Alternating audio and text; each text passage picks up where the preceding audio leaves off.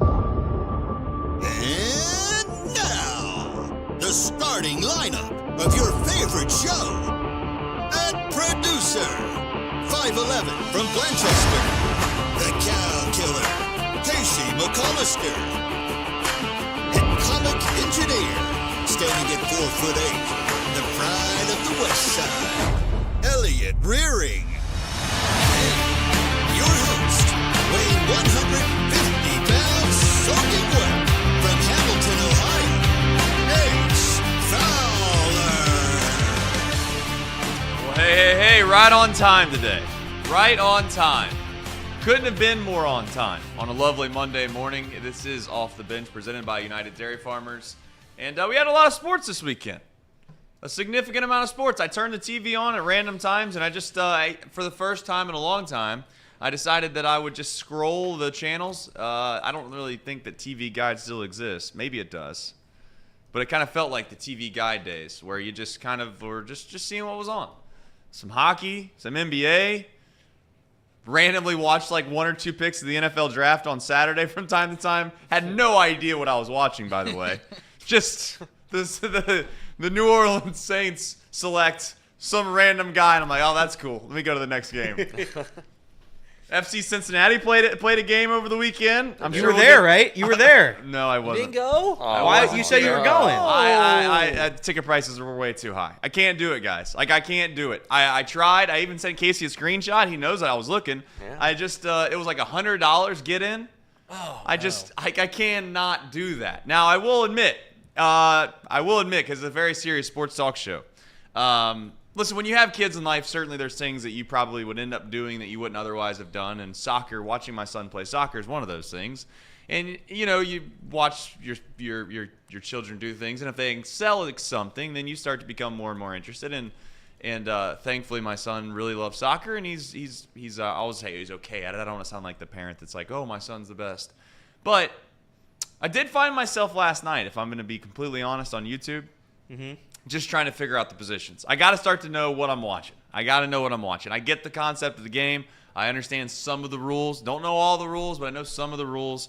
But yeah, I was watching positions. I felt like I was a middle school, girlfriend of someone that just started watching or dating someone that played sports. They're like, they want to make sure that they have a general clue what to talk about maybe when they start to date this person they like. But that's where I was at last night on YouTube. And I was simultaneously watching some random hockey games. So there we go. Hopefully your guys' weekend was as good as mine, because it was lovely weather. Elliot, I know that you were having a blast over the weekend. Sure. Yeah. I had fun times. We smiled. The weather was on all seriousness, the weather probably was. This is the best weather weekend of the year so far, without question. Fantastic. Yeah.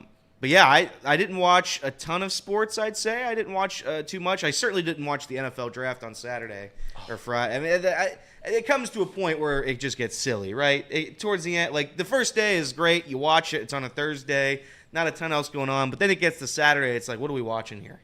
What are we watching? It was fine. The Bengals did okay. We'll talk about that later. But yeah, it was a fine weekend. It was beautiful. Yeah, I mean, it was a nice weekend. I spent it watching 8th grade soccer, and then went home and watched the Reds, and then watched FC. So yeah, I did a lot of sports watching, and Sunday I watched Miami sweep Red Hawks. Nice. So they might actually make it to the tournament. We were just talking about that earlier. Love and honor. Was there more runs scored in the 8th grade soccer game or the Reds games over the weekend that you watched? I would say that the little league 8th grade soccer game probably scored more than the Reds did over the weekend. Fair enough. Reed? It was a good weekend. Fantastic Sunday night, I'm sure. The Cincinnati Adult Baseball League had opening day yesterday. The Dodgers got a win. I went 130 pitches. You went 130 pitches? Oh, yeah. Dude, Reed, you got to watch it, man. Oh, yeah. Well, I mean, if I lose my arm, I lose my arm. I mean, it's kind of If I can't important. play Adult League Baseball, I don't need it anyways. But it was good. Then I went to Kings Island. It was very packed, and didn't get to ride many rides. But it was a fun little Sunday. I think Reed went 7 innings. He allowed 3 hits, is the stats I saw. That's correct. 7 innings, 3 hits. Correct. Broke 3 wooden bats. Really? Which is crazy because I throw real slow. Real slow. So you're telling me that you broke 3 bats? Oh, yeah. I throw a 2-seam and it just rides right on in there. I'm like Bartolo Colon. I just throw that 2-seam in on you. Yeah. Do guys bring multiple bats? Or It's they probably just the bring only one thing bat? you and Bartolo have in common. Probably. Yeah, we all have multiple bats because you're going to break a bat throughout the year. That's fair. Are you allowed to use those bomb bats? What do You you know mean, the like, bats like that are like they're composites? basically like metal. They're not metal, but they're whatever. They're one piece. You can't break them. They have those you can use composite bats that are like the plastic handles Yes, that go correct. into like bamboo or something like that. That you still can break them, but it's gonna take years to break them. I'm gonna have to look up what the material of a bomb bat is. Just I to think get I an have a idea. bamboo bat, but bamboo doesn't hit very. Yeah, I don't think it's bamboo. I think it's. You can get maple, you can get ash in those composite bats, but bamboo breaks the least.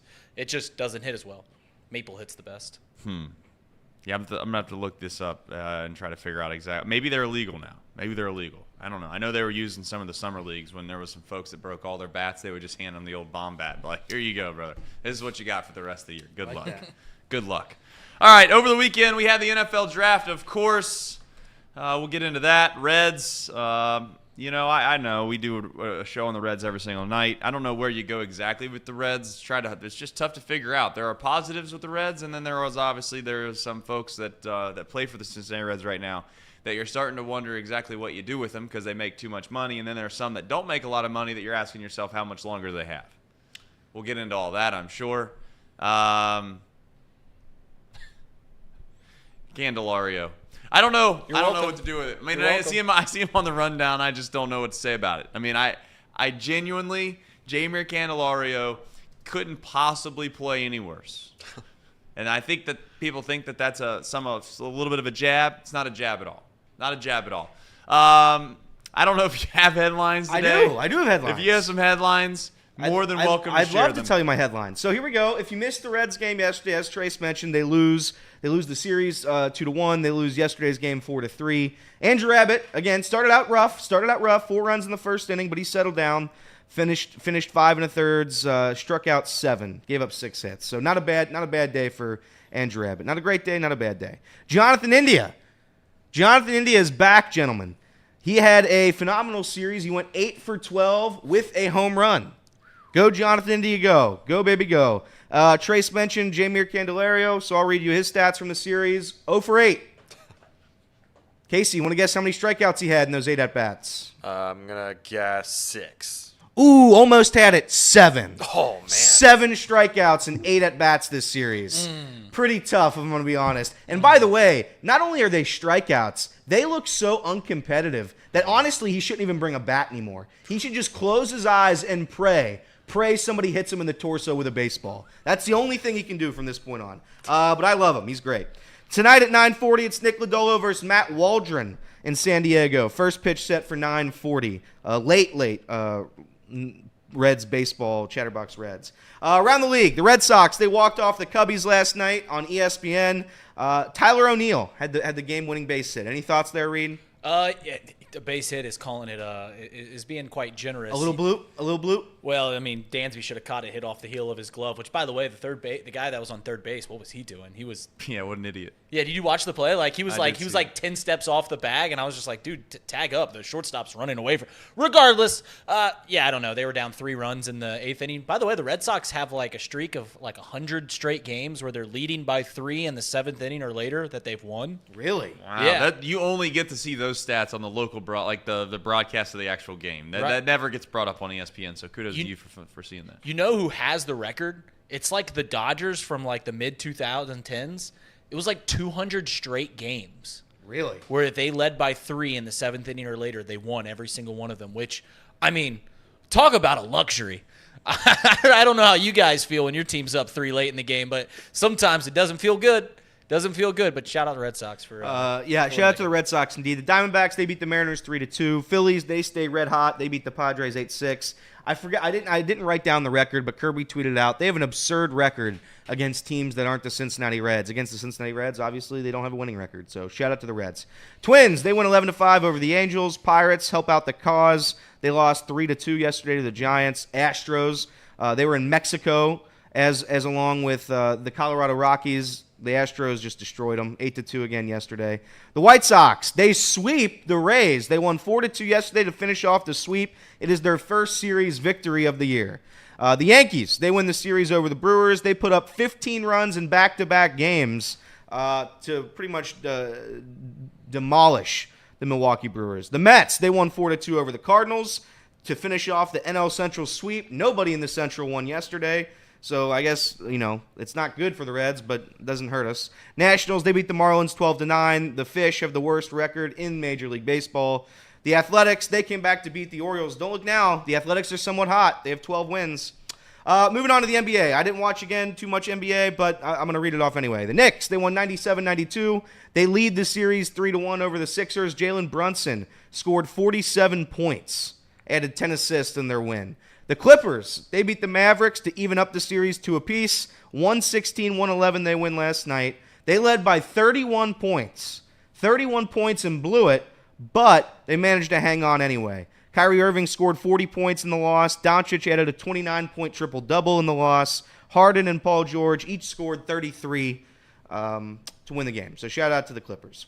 Pacers, they beat the Bucks 126-113. They take a 3-1 series lead. Miles Turner was 7 for 9 from beyond the arc, scored 29 points. Halliburton scored 24 points as well. Brooks Lopez is having to carry that Milwaukee Bucks team, which is preposterous. He's the leading scorer yet again, and he scored 29 points. 29 points, Brooke Lopez. And so they're in big trouble. Giannis, I don't know what Giannis's game or timetable is. I imagine if they make the conference finals, maybe he'd be there, but obviously they're not making that, so who cares? Timberwolves, they finished off the sweep of the Suns, 122-116 they win last night. Anthony Edwards scored 40 points, 31 of those in the second half.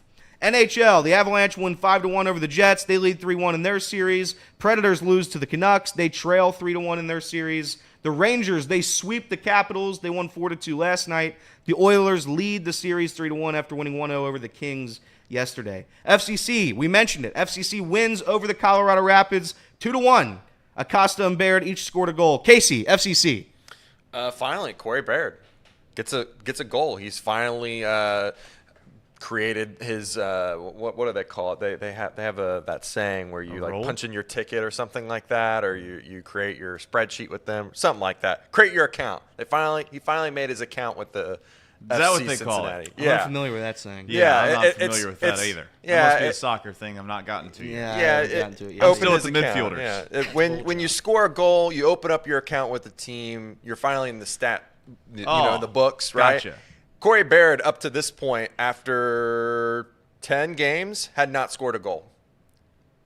That's pretty pathetic, to be honest. Well, it's about time for Candelario to start opening up his account for the Reds. Yeah, I would like him to that'd open be up his nice too, account. wouldn't it? That'd be very nice. What was this guy's name that scored the goal again?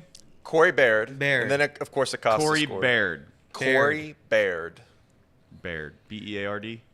B-A-R-D. Yeah, B-A-I-R-D. Gotcha. You're for sure you're sounding that out or saying that correctly just for the Corey chat? Baird. I think that's Corey right. Baird. Okay, good. Casey, are they leading the table? Do they lead the East? They're second. Second? Listen to you All right. using the fancy table term. I think Miami's in first still, right? Yes, With that's Lionel. correct. Yeah, they're up by like 7 points. When do they come to town? Or, I'm Do sorry, they come not to 7 town this points. year? They should. I'll find out. All right. There's certainly enough time to. Yeah, ticket For them to prices come to town. Ticket $500. prices will be cheap then. Yeah. NFL news. Tank Dell, he suffered minor injuries in a mass shooting this weekend. I saw that, so hopefully he's okay. Yeah, he was. There was a mass shooting wherever he was, and he got shot. There's minor injuries though, so he's gonna be okay. Hopefully. Minor injuries of a gunshot wound. That's what they said. I hope that's putting it mildly. That's what they said. Well, that's what they said. I don't know. I know this. If I ever were to get shot, which I hope obviously isn't the case, I hope nobody describes it as a minor injury.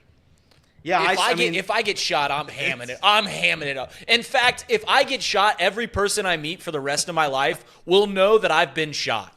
Like, it'll be like, hi, my name's Reed Mouse. I went to Bluffton University, and I've been shot in the leg. Like, that'll be it. That'll be it. The Jaguars, they picked up the fifth-year options for Lawrence and ATN. And finally, Ezekiel Elliott. Sean Spurlock should be very happy. Ezekiel Elliott will be rejoining the Dallas Cowboys. That'll give him over the hump. Yeah, that'll be the winning ticket. So is that going to be a situation where it's like, we're going to keep him and then we're going to cut him, but he can say he retired as a Cowboy?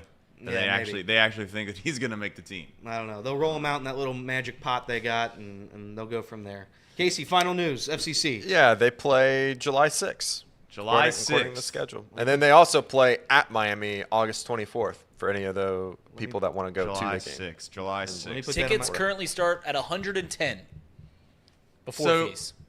And I said before, you got to get those tickets. See, early. that's why you use the Game Time app for sure. Correct, because you can click all in pricing. Upfront pricing. Yeah. Let me put that in my calendar. July 6th. July 6th. It's a Saturday. You're gonna be able to make it. Saturday, what time? 7:30. All right, we'll see. We'll see. I might have something to do, but that's it. That's it for headlines. That's it for our first segment. That is it. When we come back, we will discuss the NFL draft and more specifically the Cincinnati Bengals right after this on 1410 Wing AM.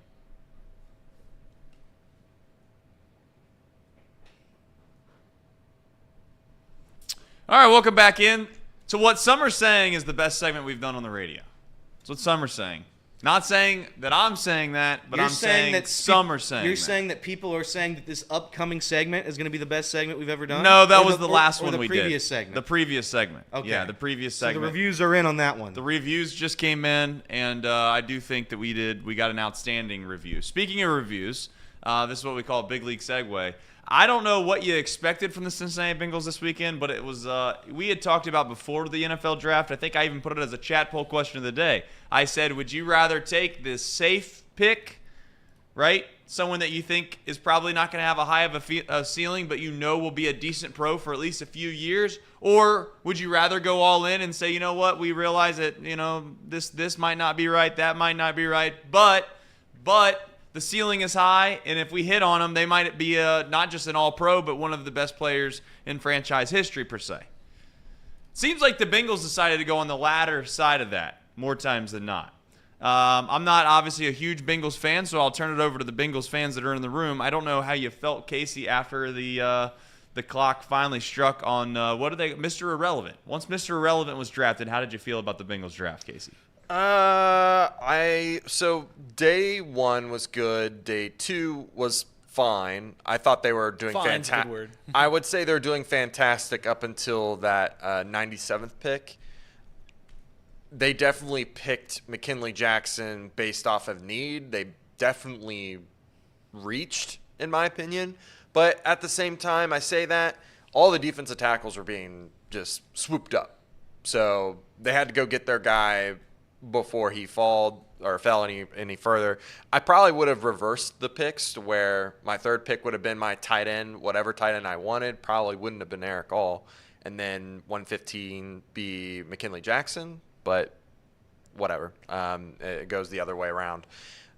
The day 3 is where you really need to be able to just have a guy that you're banking on being a potential starter.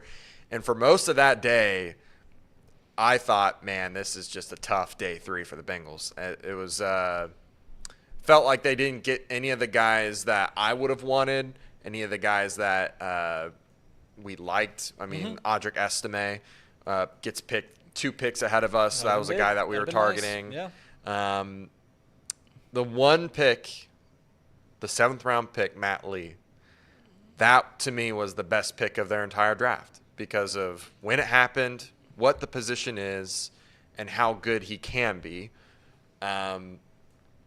He fell due to being a little undersized and playing in the American Conference, I believe, for most of the time. He was from UCF before he went to Miami. Yep. That's right. And then he played at Miami last year, and he was just one of the better centers in college football last year. I think he provides you depth in the interior offensive line, which I would have been dying to get earlier in this draft. I'll talk about some of the other teams that did that, like the Steelers and the Ravens, I believe. Steelers suck.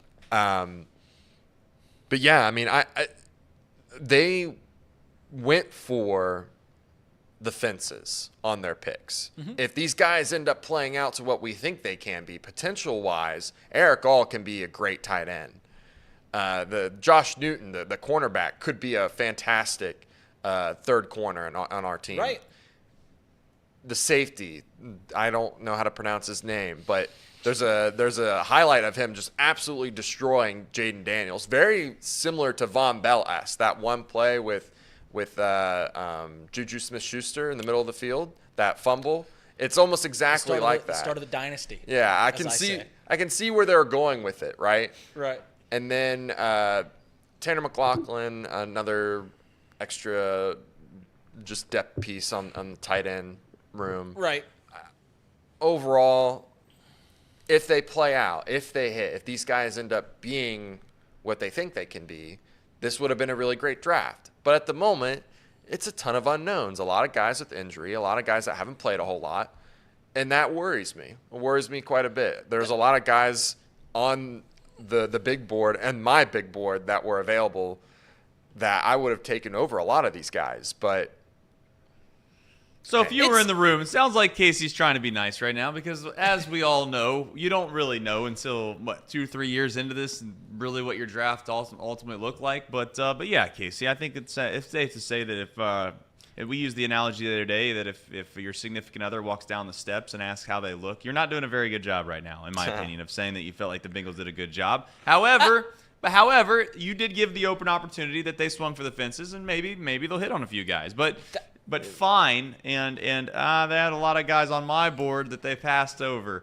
Doesn't sound like a high review to me, Casey. Well, here's the thing, too. The other reason why when I give out my grade for this draft, I'm going to grade it a little lower than probably a lot of people. They had these extra picks, and they didn't go up and trade for guys that just made sense to me. It didn't even matter if it was the second-round pick for Jer'zhan Newton. I could care less about that. You had 10 picks, and you used all 10, and you didn't really need to use all 10, in my opinion. Like, what are we doing drafting Josh Newton when our cornerback room is flooded now? We have Dax Hill, Cam Taylor-Britt, DJ Turner, Josh Newton, Mike Hilton. The list goes on. I just can't remember all the guys off the top of my head. It just seems like now that room is very full, and maybe that's what they want. They want to be very competitive there. They want the best guy available. In the tight end room, too, you don't need 5 tight ends. And we signed 3 guys this year, and I know Gesicki's not going to stay long. I know that Tanner Hudson's on a cheap deal, but I don't know. It just felt like you could have gone to other places for better value, better talent, and you could have used those picks to trade up if you wanted a guy. I'm looking specifically in like the 4th round here. They went with Eric All at pick 115, and maybe that's their guy. Maybe they really like what they see there, and they saw stuff from 2 years ago that they really, really like. But the number 1 tight end in this draft, or not in this draft, in the 4th round, Jatavion Sanders went 101. Like, if you really wanted the second best tight end, third best tight end, arguably, just package up your 6th round pick and go get that guy, right? They didn't do any of that. And maybe they were fine with letting guys fall to them, but there was a lot of talent there that they missed out on, if you ask me. Listen, everyone wants to we talk about all the time, right? You want to do riskier things when you're the Cincinnati, like what's everyone say? I want to go all in. I want to do this. I want to be, and that's what the Bengals are trying to do, right? They take a lot of guys with very high ceilings, very athletic guys that have, quite honestly, injury concerns. Yeah. But here's the thing. Yes, they're making riskier bets. Yes, they're gambling a little bit on these things. But they're doing it in a way where they're now stay with me here. They're doing it with so many guys that it seems unlikely that all of them fail. Right. It seems like they're hedging their bets by doing it with so many guys, right? They have so much talent, so much athleticism, but once again, with injury concerns, that it seems like at least one of these guys are going to work out, right? Yes, I don't like the 3rd round pick for the nose tackle. Yeah, I know you had to make a move at some point. That was McKinley Jackson. But outside of that, like, I know everyone was concerned about Jermaine Burton's character issues or whatnot. And it's like, yeah, I mean, if we want to give the Cincinnati Bengals crap for not being able to develop offensive line. Let's give us credit where it's due, and we hit pretty frequently on wide receivers. In fact, over the last 15 years, I can think of one off the top of my head that we use a top 3 pick on that didn't turn out to be a pretty good pro, and that, of course, was John Ross. Other than that, hit pretty considerably. So we'll give credit where credit's due. Chris Jenkins, a lot of people like that pick. I do. Like, right? I mean, it's you're getting a cornerback in Josh Newton, who before injuries derailed his collegiate career was thought to be a pretty high prospect. Like, you're getting athletic guys. You're getting guys that have a high ceiling for a team, and this is where I said I want the Bengals to hit on one of these late-round guys. They did so with high-ceiling guys late in the draft, and that's what I like. That's where I like, where I'm trying to put a positive spin. And I don't watch tape. I don't even necessarily watch a whole lot of college football. So all the information that I'm getting about these picks, I'm just getting it from other people. People are telling me, hey, this guy's athletic. Hey, this guy's a good pick. Hey, this guy's a risky pick. This guy's got injuries. All that, I'm just feeding it in. And I'm just taking in that information and saying, all right, well, this is why I like it. This is why I do it. That's where I'm basing my opinion off of it. And I'm okay with risky picks at this current iteration on a Bengals team that already has 21 of 22 spots. Like, we don't need to fill a starting lineup. We're going for depth, and we're going for big pieces in the future. Yeah, if you're looking at what happened in this draft cycle, I think the best things that you can take away from it are we got a lot of depth at certain areas where we get a lot of injuries at. Defensive line, corner, and I guess receiver, Jermaine Burton. But you needed that third target anyways with Tyler Boyd leaving. Right. My what would I have done discussion without, if we want to get into that just really quickly, the McKinley Jackson pick, I would have waited a while for that one. To me, I would have double dipped at receiver, which is crazy because I was so against it earlier. But if you looked at who was available on the board, Troy Franklin dropped. Troy Franklin, man, like that, you would have had your receiver room solved even after T. Higgins left. Like, yes, it's a pick for next year, or one of those guys competes for receiver 3, and then next year receiver 2, however you want to look at it. But man, you're already investing into that's why it's so confusing, is that this draft is so, like, they got needs with Chris Jenkins and Jermaine Burton, and then they like turn around and do a lot of things that are like for the future, like the corner, like the Eric All pick. It's just like, are we really going all in this year to get guys that can help us out now, or are we getting guys that will help us out in the future? So that's where I'm a little confused, is if you're doing for the future, there's much better value there at 97. There was better value there at 115. If you're going for now, I mean, I guess swing for the fences, but be consistent, right? What would you give the grade? Your official grade? I'm gonna say B-. B-? Fringe C+.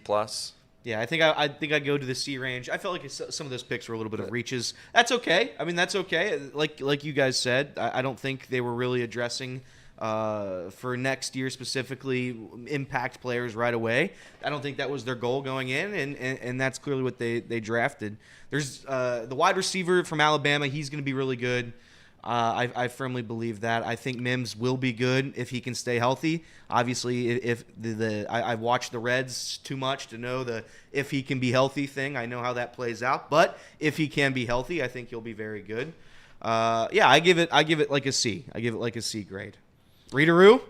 A+. I thought it was the best draft in the entire NFL. Listen, everything that the Bengals needed to do, they did exactly that. I don't know. Wait and see. We'll wait and see. Listen, everyone wants to make fun of everything about the draft, right? We always hype up these quarterbacks. We always do this. The one thing that you legitimately can make fun of when it comes to the NFL draft are grades. Go look at every single year of grades and post-draft grades and go see how it matches up to how it actually turned out. Very rarely is it even close. Right. Is it even close? So if you want to make fun of anything with the National Football League's draft, it's the fact that we have to play teacher and give a grade at the end of it. I think agree. A lot of the critics liked it though. Mel Kiper gave it a B+. I thought everybody was in that A-B+ range that I saw. Because of athletes. We took athletes. We took injury-prone athletes. Yeah, that's the other positive spin you can have on it is they went against their norm and just picking athletes this time, which is just we've been dying for them to just pick guys that were above the 70th percentile. Like that's usually who they go for. That's the guys they like, and it's just enough was enough. They finally got Amarius Mims, guys like Matt Lee in there. I'm pretty sure that Eric All would have tested like a phenomenal athlete if he tested. Jermaine Burton was a 90th percentile athlete. So I mean, like I don't know if we're going to go into the other teams eventually, but if you're looking at the positives, the Bengals broke a lot of trends this year. Right. They broke a lot of trends, and that's a good direction to go towards. It's pretty clear that the Bengals had the best draft, and the Ravens, Browns, and Steelers had the worst draft. Yeah. I'll tell you this. I'll tell you this. I feel like I could be the world's best radio host, sportscaster host, if I was the best sportscaster host, radio host. Because ifs and buts were candy and nuts, we'd all have a jolly good time. And that's what I'm basically hearing this entire time around the room, is that if this guy could do that, if that guy can do this, if this guy was that, if that guy was this, and this guy was that, we'd all be glorious. So here's the thing. If we come back here in the next 5 minutes on the radio, it means that we have not, for lack of a better term, gone anywhere. So hopefully we'll be back right after this on 1410 Wing AM.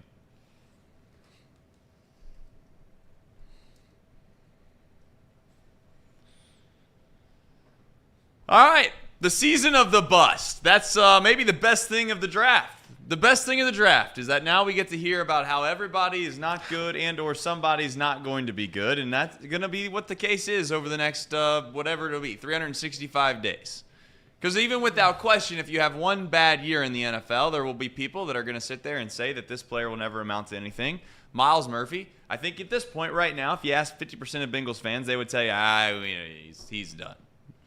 It's been 1 year. You don't know until you know. He had 4 sacks and 4 You don't know until you know. But I'm just saying, there's a significant amount of people that would suggest that he wasn't good enough as a first-round pick. Is Mims going to get an opportunity to play a lot? We'll find out. I will say this about Jermaine Burton. I think he's incredibly talented. I've watched him play football for 3 years now in college, and he's incredibly talented. But he's also incredibly immature.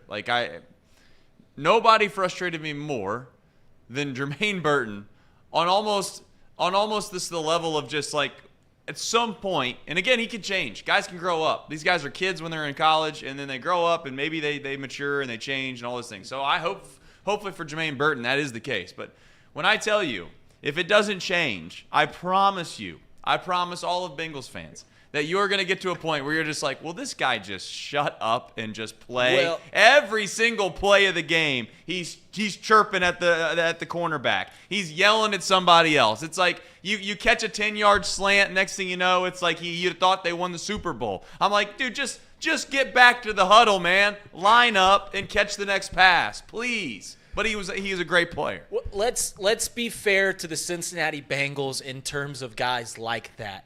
Throughout the recent history of the Cincinnati Bengals, when big personalities come into the fold at Paul Brown / Paycor Stadium, we keep them quiet. I mean, like, you never heard anything of Pac-Man Jones, Vontaze Burfict, Chad Johnson. Like, they were very quiet guys. Were very good at keeping people with big personalities under control. That's what we do best. It's what we do best. Yeah, and the sad part is those big personalities it's never cost the Bengals anything.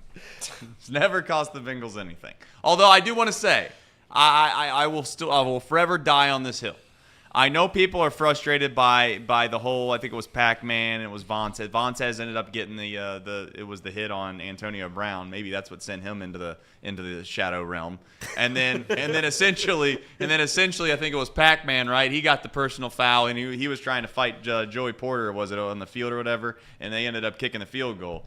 But point is that they made plays to win that football game. I want to remind everybody that I believe it was Vontaze Burfict. They got an interception, if I remember right. Oh, no. They decided to run all the way back into the tunnel. Yeah, I just want to say this once and for all. As a non-Bengals fan, when I watch that game, that falls squarely on the shoulders of one Jeremy Hill. There is zero body. There's no one else that can convince me otherwise. I know that they could have not made the mistakes at the end. They could have not gotten the personal fouls. But I'm telling you, how about this? Just don't fumble the ball. But go ahead. No, you're not in the minority by saying that. Everyone knows. Montez Perfect had a great game. Right. No, I remember we were down 14-0 or whatever the score was, down 2 scores. And I told my dad, I was like, listen, we're not winning this game. Let's let the dogs loose. I mean, it's the Steelers. Let's let them loose. Let's win the fight. We're not going to win the game. Let's win the fight. And that's what happened. Like Tez and Pac-Man were maniacs out there for the second half. And that's why we got back into the game. And then, like, did you lose it? Kind of. But, like, at that point, you let the dogs out, right? You opened up the gates. You're just like, hey, whatever happens, happens. They got us back into the game. It falls squarely on Jeremy Hill. God bless his soul. He's still alive. Poor Jeremy Hill. Poor Jeremy. Not really, though.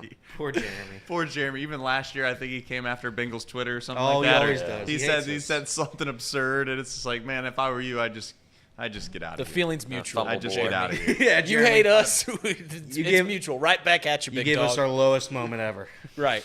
The lowest we've ever felt as sports fans. You Yeah. gave that to us. Which, to be fair, in Cincinnati is one hell of a feat. Yeah, you're right about that. Listen, That's fair. We talk about peaks and valleys. That had been a plateau because we got shoved right off a peak. Oh, yeah. Jeremy Hill just shoved us right off of K2. Yeah. No, I mean, hey. But you know what? I'll say, like I said before, I do think Jermaine Burton is very, very good. However, and again, I'm not even going to say it because ultimately then it sounds like you're a hater, et cetera, et cetera. And I'm not rooting for guys to go out and make mistakes. But as long as we can all agree that if this guy continues to be a little bit of a moron, for lack of a better term, that's the nicest term I can use. Yeah, it's good. Then I would just say you can't throw your hands up in the air and be like, really? Like, well, this is what you signed up for, just so we all know. If you had to rate, and this is a question for Rita Rue and Casey Rue, if you had to rate who will make the biggest impact this coming season, who would you say will? Chris Jenkins or Jermaine Burton? Because Amarius Mims isn't going to get an opportunity to start right away. Be careful now. He'll get chances to play more than likely. I mean, he could be better. If he beats out Trent Brown, oh, baby, we're cooking. We're cooking with I some didn't fire. mean like that. I just meant that Trent Brown's played like 7 games in 7 years. That's the part of drafting it. Like, he's going to get an opportunity to play. He's just probably not going to be day one starter. But Chris Jenkins and Jermaine Burton are going to be on that field for game 1. So, them two. Yeah, I would say it's probably going to be Burton because I think Chris Jenkins is going to be in a rotation with B.J. Hill and Sheldon Rankins. I think those guys are going to kind of share snaps and rotate in, which is still going to be a significant amount of snaps. They're probably going to get 500, 600 snaps. But Jermaine Burton's probably going to get close to 800, 1,000 snaps this year as your receiver 3. That's, of course, if he ends up beating everyone out for that starting job. But I expect him to because I think he's a really good player. So I'm going to go with Jermaine Burton. I think he's going to make a significant impact. I think he's going to add juice. Yeah. I don't know if Tyler Boyd was enough juice there in the slot. I think he's quicker. I think he's more agile, provides a lot more after the catch than Tyler Boyd. What's the worst pick in the draft? What was the worst pick they made? McKinley Jackson, as early as it McKinley was a little tough. They needed McKinley Jackson, but picking him that early was really bad. It all comes down to whether, I mean, you can say that in the sense that, I mean, at the end of it all, right, does it really matter what the value of a player is really just the perspective of others. It's not really what they're actually going to produce. Yeah. So ultimately, yeah, we can say that they reached here, they reached there, but really that's just the opinions of those that put together mock drafts. If there were people out there that were suggesting that this player, and again, give me the guy's name. McKinley Jackson. So McKinley Jackson, if he was slated to be a second-round pick and they get him in the third-round pick, he's still the same player. It's just that the experts, and I put that in quotations because every single year there's guys that completely whiff on these on these players. Like, you would have now sat here and thought, what an unbelievable pick. You still the same exact result. He's on your team. You got an opportunity to play. And like, I still wanted him on.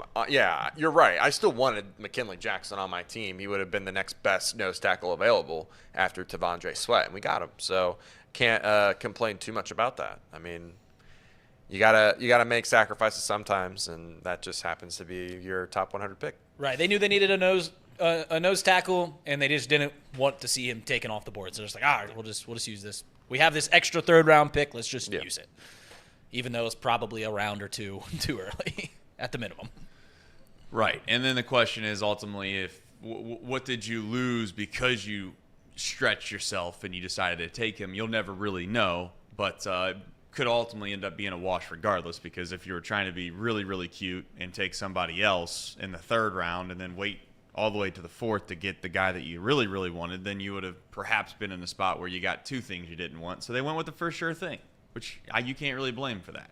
Which is why you see sometimes in the draft the random, you know, I don't want to say shock of the draft, but like the Falcons, as much as we wanted to make fun of the Falcons, and rightfully so, by the way. But I mean, my point is this, is that if they loved Penix, like if they thought Penix was, and again, people are going to laugh at me for saying this, but if they genuinely thought Penix was the best quarterback in the entire draft, then I guess that's where you can make the semi-argument that it's like, you know what? If that's what you think, and you think you can cut Kirk Cousins after 1 year, and you want to start fresh again, then that plan actually does make sense, because you're valuing this guy significantly different than everybody else. Now, if you're right, you look like a genius. If you're wrong, you look like a moron, which is ultimately what will end up happening with a lot of these guys throughout the NFL draft. We can all sit here and say that we know, but nobody knows. Nobody knows. And a lot of the production from some of these guys is going to depend on the situation they go to. So, you know, it's not even always fair to know if you would have gotten this player, would they have performed the same way they played on that other team? I think that's fair to say about Michael Mayer. Like, and again, Brock Bowers. People are going to suggest that, I don't know. When you got trash bags throwing the football to you, right? Sometimes it's hard to be a good player. What about the Raiders? They have 2 top-tier tight ends. They have Devontae Adams, and they got nobody throwing to them. Like, what's the plan there? Like, that doesn't make any sense. Yeah, I have no clue what the Raiders are doing. It actually kind of made me upset. I know I talked about it on Friday. Like, what are we doing drafting like 2 of the better tight ends in the last 2 years, and then you're got no one throwing to them? You don't believe AOC? You don't believe in AOC? I think Aiden O'Connell is the Purdue next. I believe in Minshew Mania more than I do AOC. Minshew Mania, he'll get it to him. Yeah, Minshew's good. Were you upset because you thought Bowers? I mean, Bowers was getting into that realm of a possibility of like falling and falling and falling. Yet all those quarterbacks that went. So then you started to think to yourself like, wow, like there's somebody that's going to slide here that ultimately maybe no one ever expected. And you start to get your hopes up, and then you realize that the damn team that just drafted a tight end last year drafted another one, and they have nobody at quarterback. That's where that's where you get upset, right? You're like, what are you doing? Why are you drafting that? Yeah, it was just frustrating. I'm like, what are we doing in Las Vegas right now? I mean, it's just ridiculous that they're trying to build a team. First off, drafting a tight end that high anyways last year with Michael Mayer was going to be a tough feat anyways, because tight ends are just really hard to predict and how they'll develop and turn out. And then you do it again, except this time it's with your first round pick, and it's just like, what are you doing Michael Mayer then, because he's going to be your tight end too? Like, that was just dumb. Shout out to the Raiders, building a team from the outside in. Are you concerned that the 2 relevant teams in our division had very good drafts again? Yes. Because I feel like the Ravens and the Steelers, they show up to these events and they nail them every single time. The Browns are just there to have fun and they do whatever they want. And that's no disrespect to the Cleveland Browns. The Browns have drafted very well in recent years, in all sincerity. That's why they have a stacked roster. Especially considering they haven't had a first round, second round pick in how many? 2. Well, to be fair, they drafted like 12 first-round quarterbacks in a 15-year span. So yeah, that didn't work out for them. Yeah, they've had 45 quarterbacks since the year 2000. But other than that, they're doing real good. I think the Steelers and the Ravens, they nail every single draft. And I think the Ravens specifically this draft destroyed it. Did they have the best grade? They had certainly one of them, right? They had one of them, I believe. Yeah, I mean, they got one of the better corners in the draft at pick 30. Roger Rosengarten, a guy that I thought was better than Troy Fautanu, who the Steelers ended up picking. He goes in the second round. He's going to be very good for them at right tackle. Isaac from Penn State, he was the guy opposite of Chop Robinson. He's a really good edge rusher. They needed to fill that void after I believe Jadeveon Clowney left, so that was a good pickup for them. Devontae Walker, like, they add more receiving depth. He's a guy that was supposed to go early in the 3rd round. I really like that pick. TJ Tampa, he was mocked in like fringe 1st, 2nd round picks. The only knock on him was he's a little slower. He ran like a 4.58 or something like that, but he's not even going to be their corner 1. He's going to be corner like 2 or 3. So that was just a really solid pick for them. And I couldn't tell you most about the rest of their draft picks, but those first 5 picks for the Ravens were fantastic. The Steelers, on the other hand, too, I mean, they solidified the interior of their offensive line. They were just absolutely phenomenal picks. And then they get a little extra pass rush with Logan Lee. So listen, I'm not worried about the AFC North. The Ravens have a wide receiver at quarterback. The Steelers have 2 fidget spinners at quarterback, and then the Browns have whatever adjective you want to throw to Deshaun Watson. Except for nice guy, you're probably a pretty fair adjective. So yeah, I'm not worried about the rest of the division. Clip it. Yeah. Coming off a 1-5 season. Good luck. 1-5 against them. And the one win was a win that didn't matter. Speaking of the one win, sometimes when you're watching the draft, you kind of hope and wish that maybe you wouldn't have been so competitive and you would have just, maybe tanked the last game as well. But that's not how it goes. So, I mean, I think it's fair to say that you would take the win, though, right? You can't go over in the division. Yeah. You don't want that hanging over your head. Yeah, you have to get the win. But you do like draft picks. Those are good. All right, when we come back, we'll probably wrap up the Bengals talk here, and then we'll get into the Cincinnati Reds because that's such a better topic. And by better, I mean maybe depressing. By depressing, I mean look no farther than Jamir Candelario. What do we have to do to get him back on track? Nobody knows. We'll try to figure it out when we come back here on 1410 Wing AM.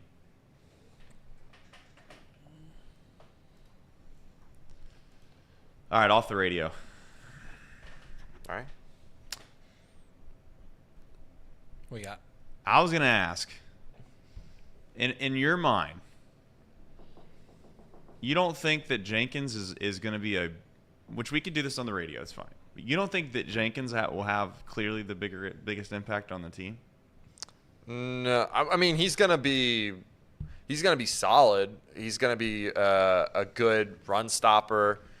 To me, he's B.J. Hill right now, which isn't bad, isn't like horrible. He's not a great pass rusher at the moment, but they didn't ask him to do that a whole lot in Michigan. It's a tough evaluation because he was so good at stopping the run, and they didn't ask him to go upfield and collapse the pocket at all. They had great edge rushers there at Michigan. And I know you're high on Jenkins. You like Jenkins. I like Jenkins. I think he has that potential to be a good defensive tackle. But when you think about where he's probably going to be slotted at, McKinley's going to be probably starting nose tackle day one just because of the size and what they're going to ask him to do. Then it's Chris Jenkins, B.J. Hill, and Sheldon Rankins there at the 3-tech spot. And they're going to all rotate and give the passing downs to probably Sheldon Rankins and B.J. Hill. Yep. And then the rundowns are probably going to be Chris Jenkins and McKinley Jackson. That's probably what's going to happen majority of the time. And when it's a toss-up, they'll probably have Rankins and McKinley out there, and they'll go from there. Like the best case scenario for both Rankins for our first 3 picks. Let's do the best case scenario for our first 3 picks. Amarius Mims beats out Trent Brown for the starting job and is our everyday right tackle. I'm saying phenomenal. best. This is best case scenario, right? He beats out Trent Brown, everyday starter for 17 games. Seems unlikely, but that's best case. Chris Jenkins becomes a 16-game, 17-game starter. Sheldon Rankins. Or Chris Jenkins beats out Sheldon Rankins? Like, I don't see that happening. He becomes Sheldon Rankins. Right. That's best case scenario. And then Jermaine Burton, his best case scenario is what?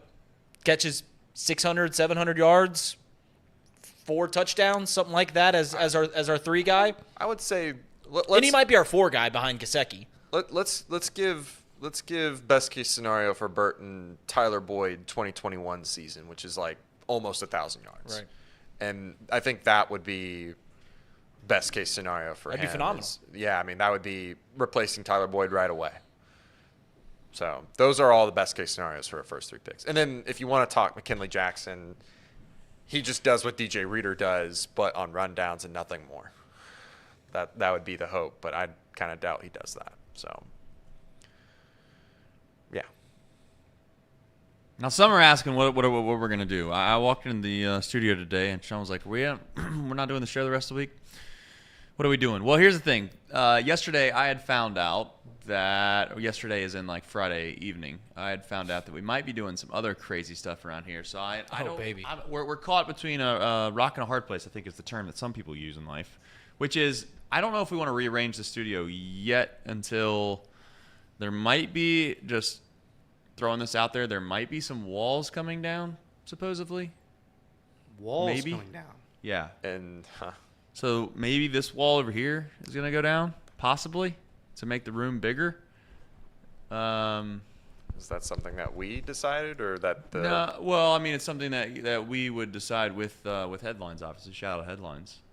Speaking of which, they're about to sponsor Headlines of the Day, I think. Just kind of goes hand in hand. Really? Cool.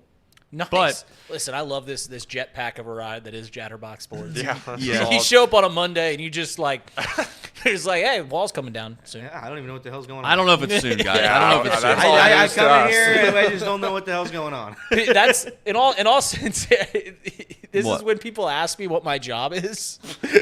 I don't know what to tell them. Oh, I got a great story.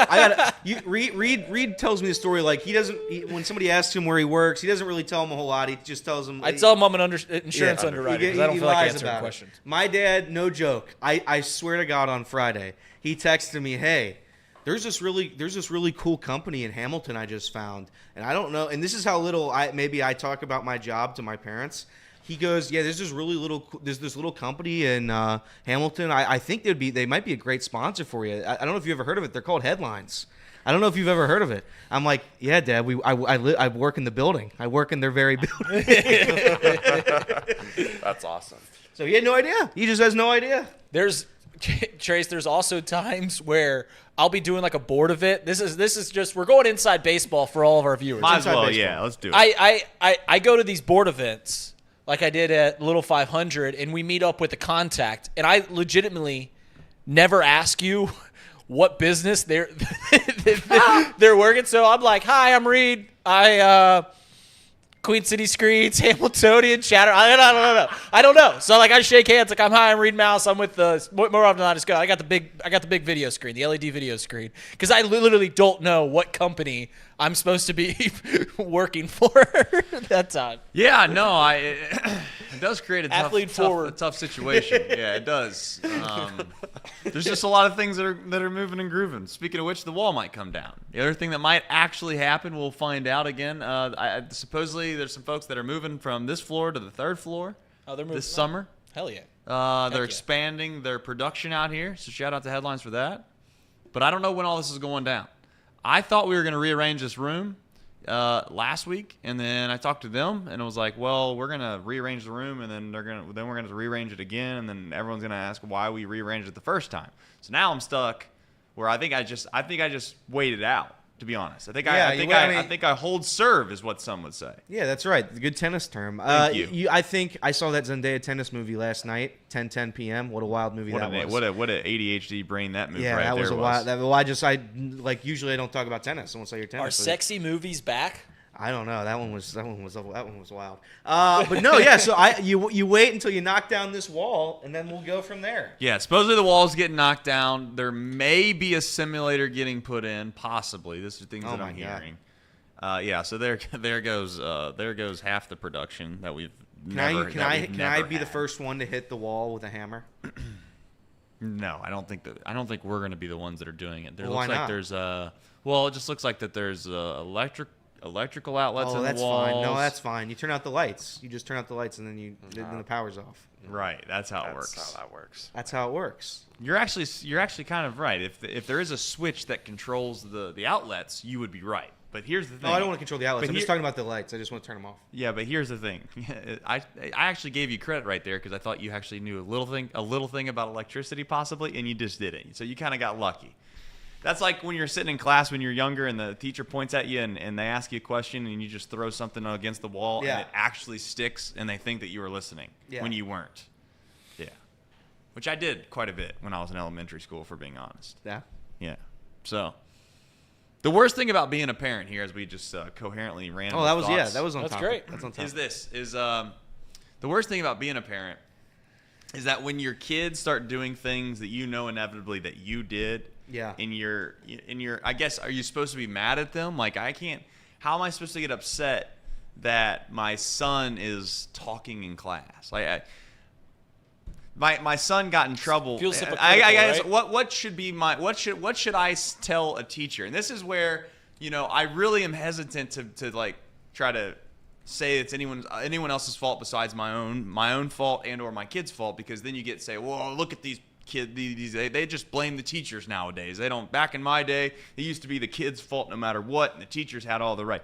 But I get a little message the other day, and it said, my son had gotten in a little bit of trouble. I don't know what term you're going to use here, but it turns out that he used AI to homework? help him on his poem. And I really wanted, I really wanted to say. And by the way, this is coming. Like, I've never taught him that. I don't use like AI all that much. In fact, I'm kind of an old person when it comes to all this. I just kind of like, I guess one day I'll learn it. If not, then someone will teach it to me. But here's the thing. I was so close to saying like, that was very resourceful. Correct. He did this on his own. Like, Right. I'm proud of my son. That's what you're supposed to do in life. If someone tells you you're not supposed to do something, then okay, don't do it. But I was really close to asking the teacher, did you tell him not to use AI before we did this project? Because if not, like, I'm giving him a golden star when he comes home.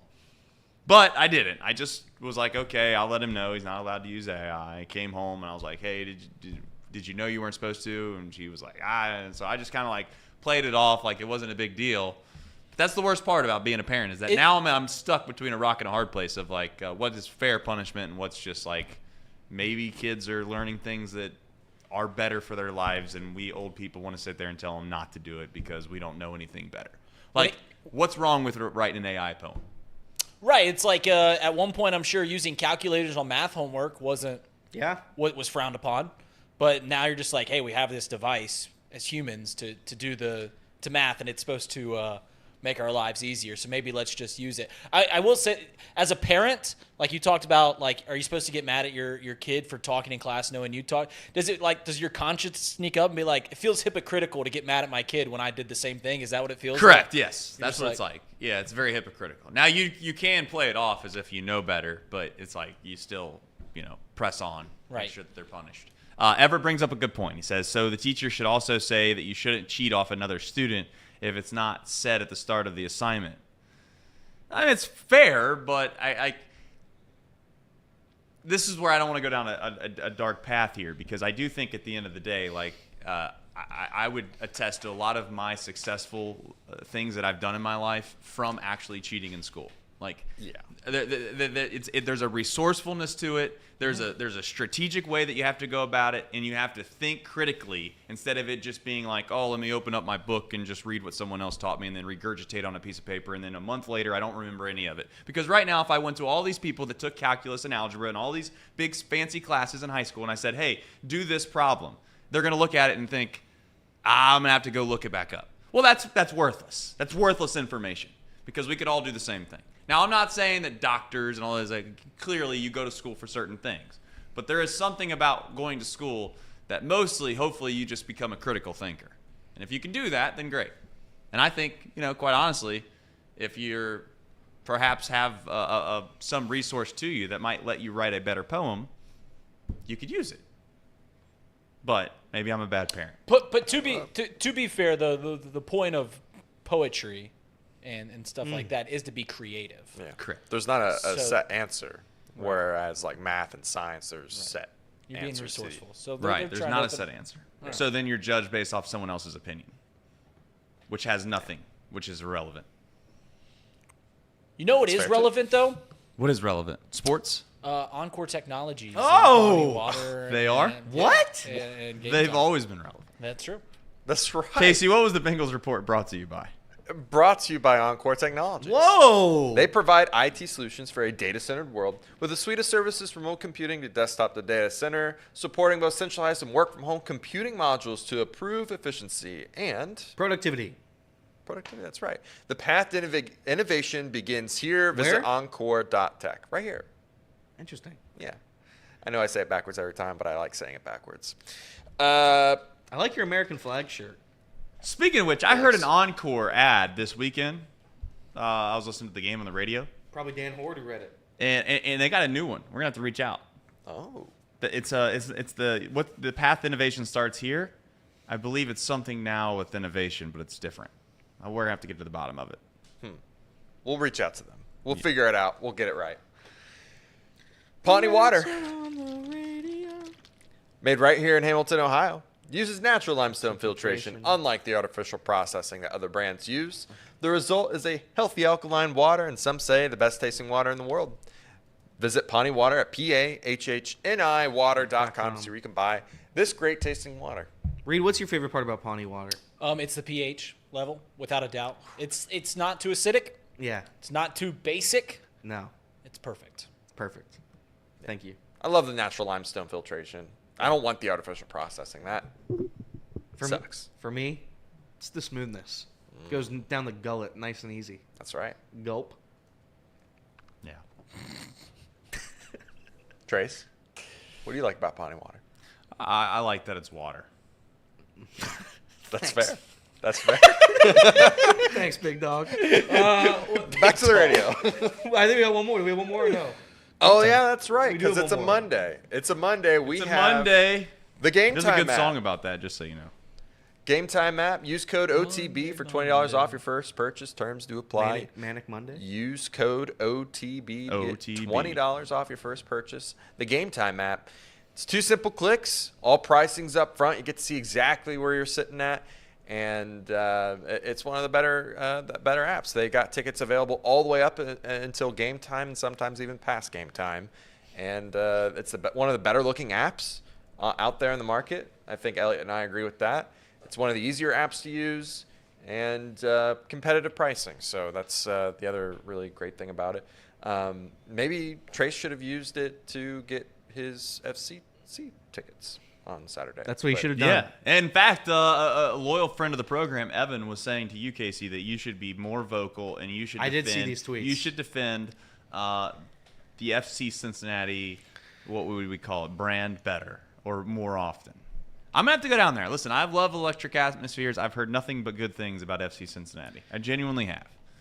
Here's the thing. I would say that the FC community, especially on social media, is very small, still in its infancy stages, and that there's a lot of creators out there that are trying to be the leaders in that area, and I think we could be the leaders in that area if we really wanted to be. Maybe we'll try to be.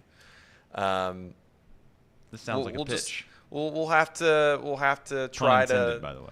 We'll have to try to. Yeah, they're just little baby boys. Well, I wouldn't say the little baby boy. There's some. You said there's some- infancy. well, that's, Hey, we do yeah. have a new sponsor. And this is a unique sponsorship because ultimately the folks at the Ohio Suicide Prevention Foundation wanted us to be very, what would be the right term to use here? We not overly pushy, but the vast majority of the people that watch this show are men. For those that are wondering, now we do have a select few out there that are women. We try to grow that audience the best we can, but it is just part of the nature. We talk about sports. A lot of men watch. Unfortunately, a lot of men have stress on their minds from time to time. If you have a situation going on, please call 988. It's a crisis hotline, and we'll continue to push that in various points. And they want us to use humor. That's the coolest thing about this thing is they want us to use humor, and I don't know if I can do it yet. I'm trying to work my way up to that. I would say, though, from a humor perspective, if you've watched Jamie or Candelario this past weekend, you could find yourself wanting to keep that hotline around. Just saying. Oh my God. Just saying. I mean, hey, that's part of it. Those jokes are going to be tough. I'm going to try my best to navigate through those. That's what they want. I'm going to try to be. That's what they want. I'm going to try to be real. It's called Man Therapy, by the way. Mantherapy.com. Mantherapy.com. You can check it I'm going out. to try to be very clever with the way I use that. Yes, but that's what you're supposed to do. But I was thinking that as I watched him strike out for the 8th time. By 8th, I mean 7th. Yeah. 8th Eight at bats, 7 strikeouts. Yeah, that's pretty brutal. You ever seen a 94 middle fastball just blown right by a guy? I mean, he swung when the ball was in the mitt. Shout out Mark. Molly wellness check. Molly, if you're in there, give us a wellness check. That's right. Thank you, Mark, for being Nutcutter, by the way. 7 months. He's coming up on 12. It's 12 months the one where you get the big badge? One of them is. Yeah, 12 months is the Is big it 12 badge. months? Yeah. Nobody's got there yet because we haven't had memberships turned on for 12 months. Oh, Andrew Dunn, member for 7 months. Is Jamie Orr signing the Moustakas? We'll answer that on the radio. It's a good radio question. We'll take a little 5-second thing and then we'll go back. We will, but here's what we're gonna do. You're gonna give me 2 minutes because I made a grave mistake today before I started the show. A rookie mistake, some are saying, in that fact that I did not get water before I started the show. Yeah. Yeah. In the fact, if you think that I'm gonna go another hour and a half, 2 hours without getting water, it's just not gonna happen. So I should have probably jumped out of here sooner. But that's what we're going to do. I'm going to go grab some water, Pawnee water to be exact. Correct. And Mr. I'll be Mo, right back. member for 7 months. Justin, member for 7 months. Trace calls science and opinion, draft grades, Candelario slander. This show has been everything and more. That's right. First of all, Justin- let me defend myself here real fast. He's saying that I called science. What did he say? 7 golden Science months is for an Justin. opinion. Science is an opinion. Okay. Very clearly, we were talking about the creatives. I did not say science was opinion. I did say science is an ever-moving thing, though. That was like 2 shows ago. So it's always always something that progresses. You know, things that we thought were one way 150 years ago turned out they're not exactly that way. They're something different because at some point someone else comes along and makes revelations and they become they make our humankind smarter. Oh my God, Trace, you would eat up a clip from "It's Always Sunny in Philadelphia." What did they say? Am I going to have to watch the show now? It's I'll show you the clip. We're not on right. No. They say science is a liar sometimes. Fair enough. Good. And it's not always sunny in Philadelphia. So what a live that is, a show. But you guys hold it down for 2 minutes. We have like Gotcha. 1,000 super chats or whatever. These We'll membership get through those super chats. You go get something to drink. Ellie Root, super chats. Yeah, I think I read them all, but Oh, Molly, what? Okay, I think I read them all. Is Jamer worse signing than Moustakas? Again, I'm going to answer it on the radio, but I'm going to answer it again here, I guess. Yeah, I think as of right now, sure. It doesn't look good. Doesn't look promising. I don't know what, and again, we're going to have to do this whole re-segment again on the radio, so I don't know if I want to waste all my breath doing it right now. All right. But I just for my opinions, I'm trying to not be so mean for Jameer. He gets 1 more month from me. He gets 1 more month before I call it off. He gets how many months until the 82-day mark? 2. He has 2 more months until he's Normally like a legitimately week before the All-Star game. He gets 2 more months until he's legitimately not like playing every day. That's how because that's when Noel V. Marte comes back. And at that point, I'd rather have Noel V. Marte take at-bats than Jameer Candelario. So, Blackmore. Coming up on 1410, Trace updates us on the Biden campaign. Ooh. People know Trace's politics. They don't know mine. They don't know yours. That's the best They don't know kept secret. Casey's. That's No, the they best kept don't. secret on this show. I will say Casey's wearing an American flag on his shirt right now. Well, it's the Wounded Warriors Project. Is it? Yeah, I'm pretty sure. I think I had one of those this is my shirts. Wounded Warriors Project. What does it say? Because it says freedom. Yeah, and then it's it the says Wounded Warriors. Wounded Warriors. So Wounded Warriors. Support the Warriors. Support the Warriors. I was driving into work today, fellas. How about 3 roads? How about 3 roads closed? This one right here closed. That was a tough. The realization of that one, because it was the last one leading into Hamilton. That's a brutal realization. You've got to find multiple ways to get into town. I only have one. I only have that one road. I can get. You can go the highways, right? The interstates. I use the highway to get, but it all takes me back to that little area right before Ross. It takes me like to that skyline. You could probably hop on 275 to get on Route 4, and then you'd just be on Route 4. I mean, there's a lot of stoplights there. It's probably a little longer, but you might get lucky and hit some green lights. Yeah. But in between Ross and here, there was another traffic jam, or they were working on the road again. They work on that road once a week. It's absolutely absurd. Trace is right in the camera. Oh, Trey, your face is in the camera. I'll tell you what. I have a new scam on the list as Trey's going to walk right here. New scam on the list, and that's drive-through banking. Drive-through banking today. I stopped at the bank. It took 30 minutes to deposit some cash. Scam of the day. Scam of the day. All right, we got 3 more segments to get on. Get through. Here we go. 5 seconds, and we go.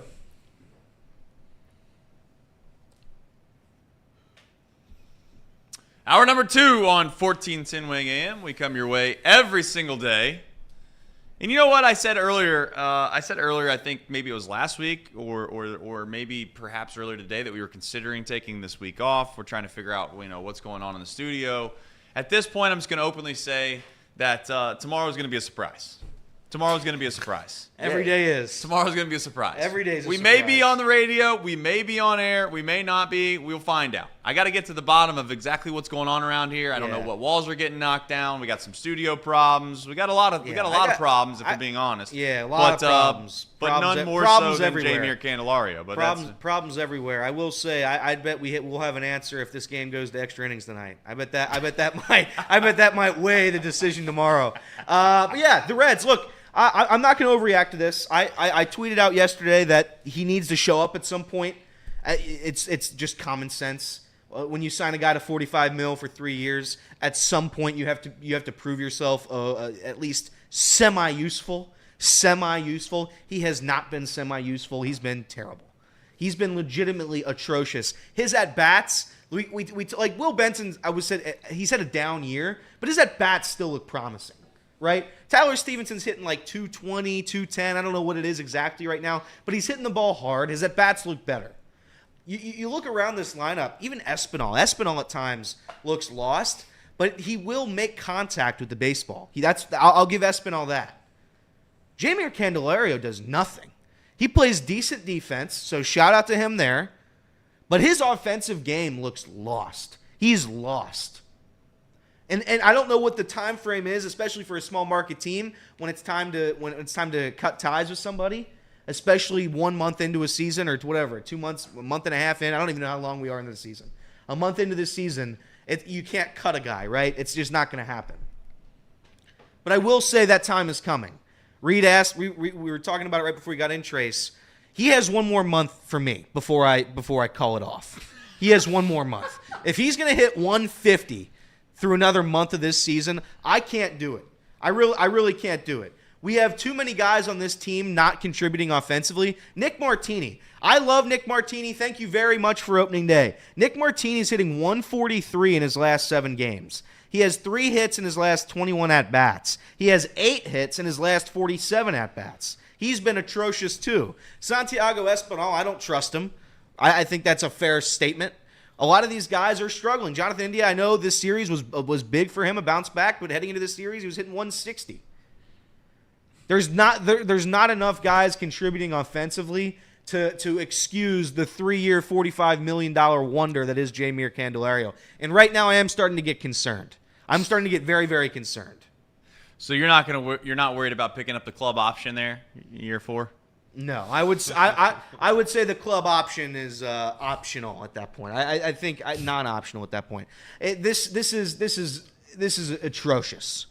If Noelvi Marte comes back after his 81-game stint, he's playing every day. He's playing every day. Steroids be damned. I know the guy can hit. So that means Jer'zhan Candelario loses his spot because even CES has struggled. I trust CES more than I trust Candelario. Yeah. Speaking of CES, there may be a situation where they're going to recheck his hand for I saw that. A fractured. I was going to talk about that too. Yeah, I'll let you get into that then on your own here in just a moment. But it's not looking all that great. Not a lot of depth for a team that really touted the fact that they were deep to start the year, huh? So I don't know where to go. I don't know where to go. That's the hardest thing about this segment. We're going to fill air for 25 minutes here. But the truth of the matter is that at some point you got to have guys that are going to produce. I'm not going to go out on a limb and say he's got 1 month and a $45 million guaranteed contract. For those that are wondering, he signed a 3-year, $45 million guaranteed contract. The Reds could obviously keep him from an option standpoint the following year, making it 4 years. But at this point, You just got to hope and pray. And I know that's not a good plan to have with Candelario, but that's the only plan there is right now.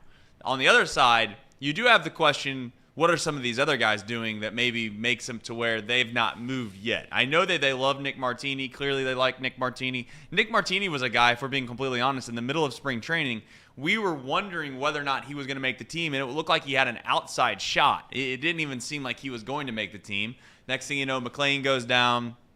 You find yourself in a position where Marte gets suspended, and you think, okay, maybe this is his chance. Barrero then gets DFA'd. So, for all intents and purposes, Martini kind of was one of the few guys that were just hanging around at the end that you're like, okay, well, he's on the team now, I guess.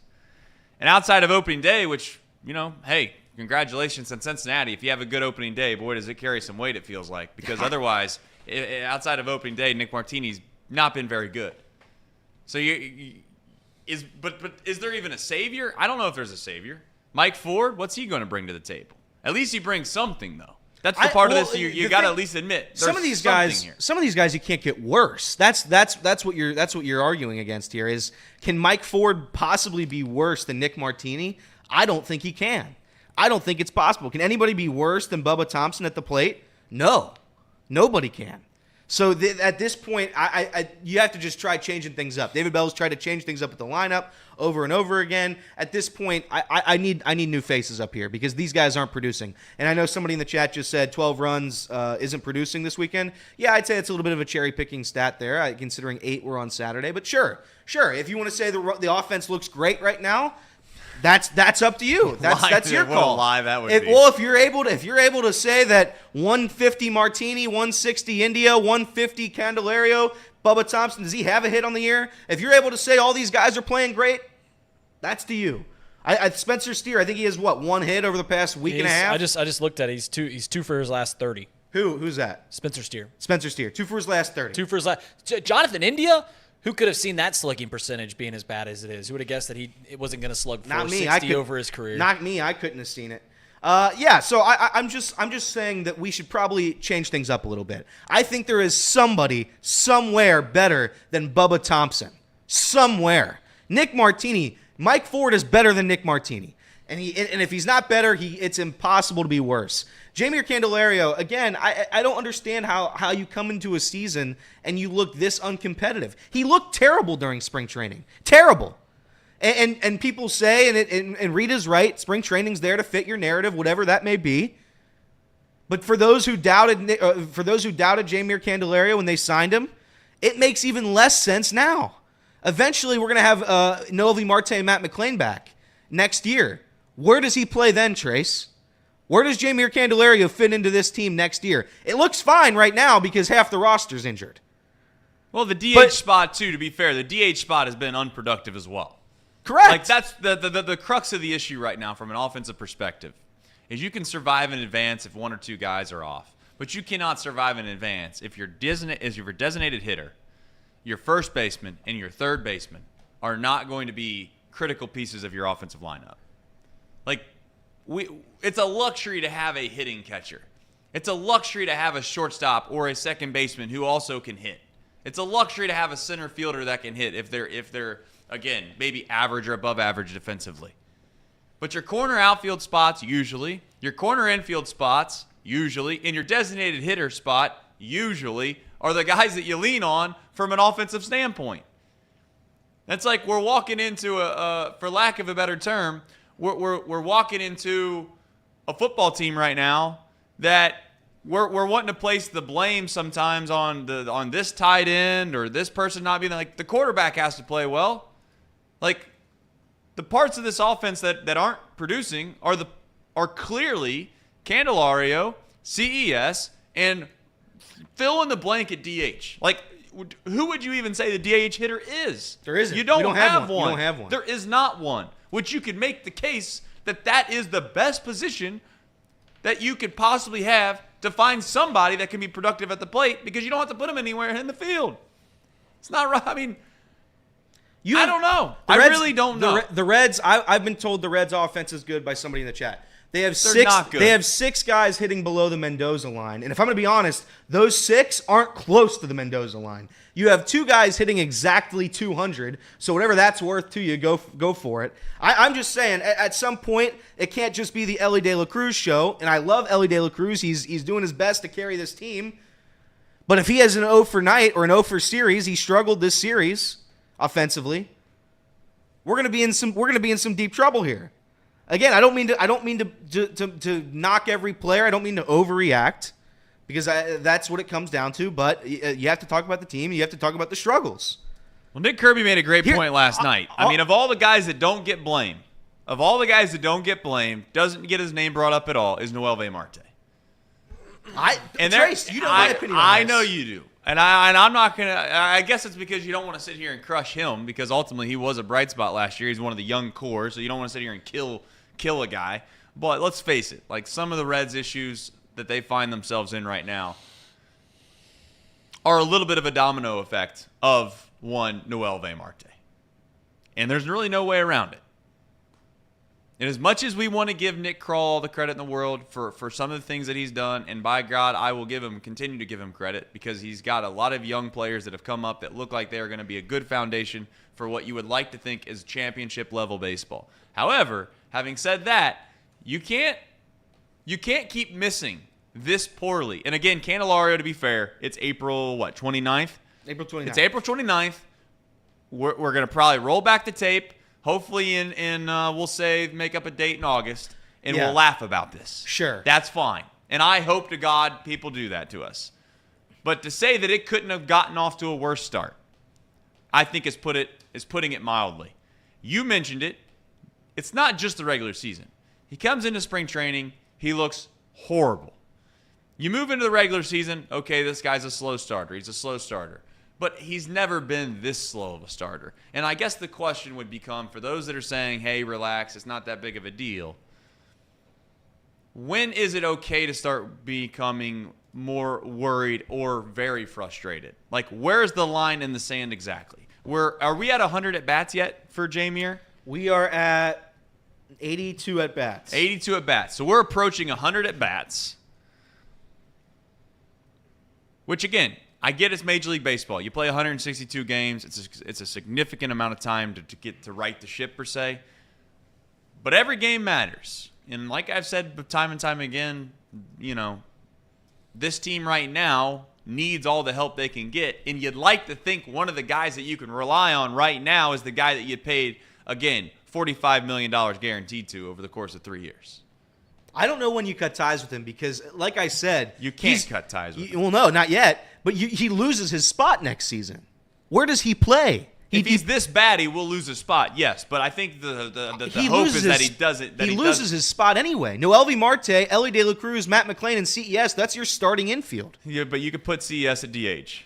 You could potentially put him at DH. But if he's going to hit 159, well, that's no one's arguing that. I'm just saying that there's a spot for him if it all were to go perfectly. I know it wasn't as much as this, but Shogo Akiyama, they cut ties with Shogo.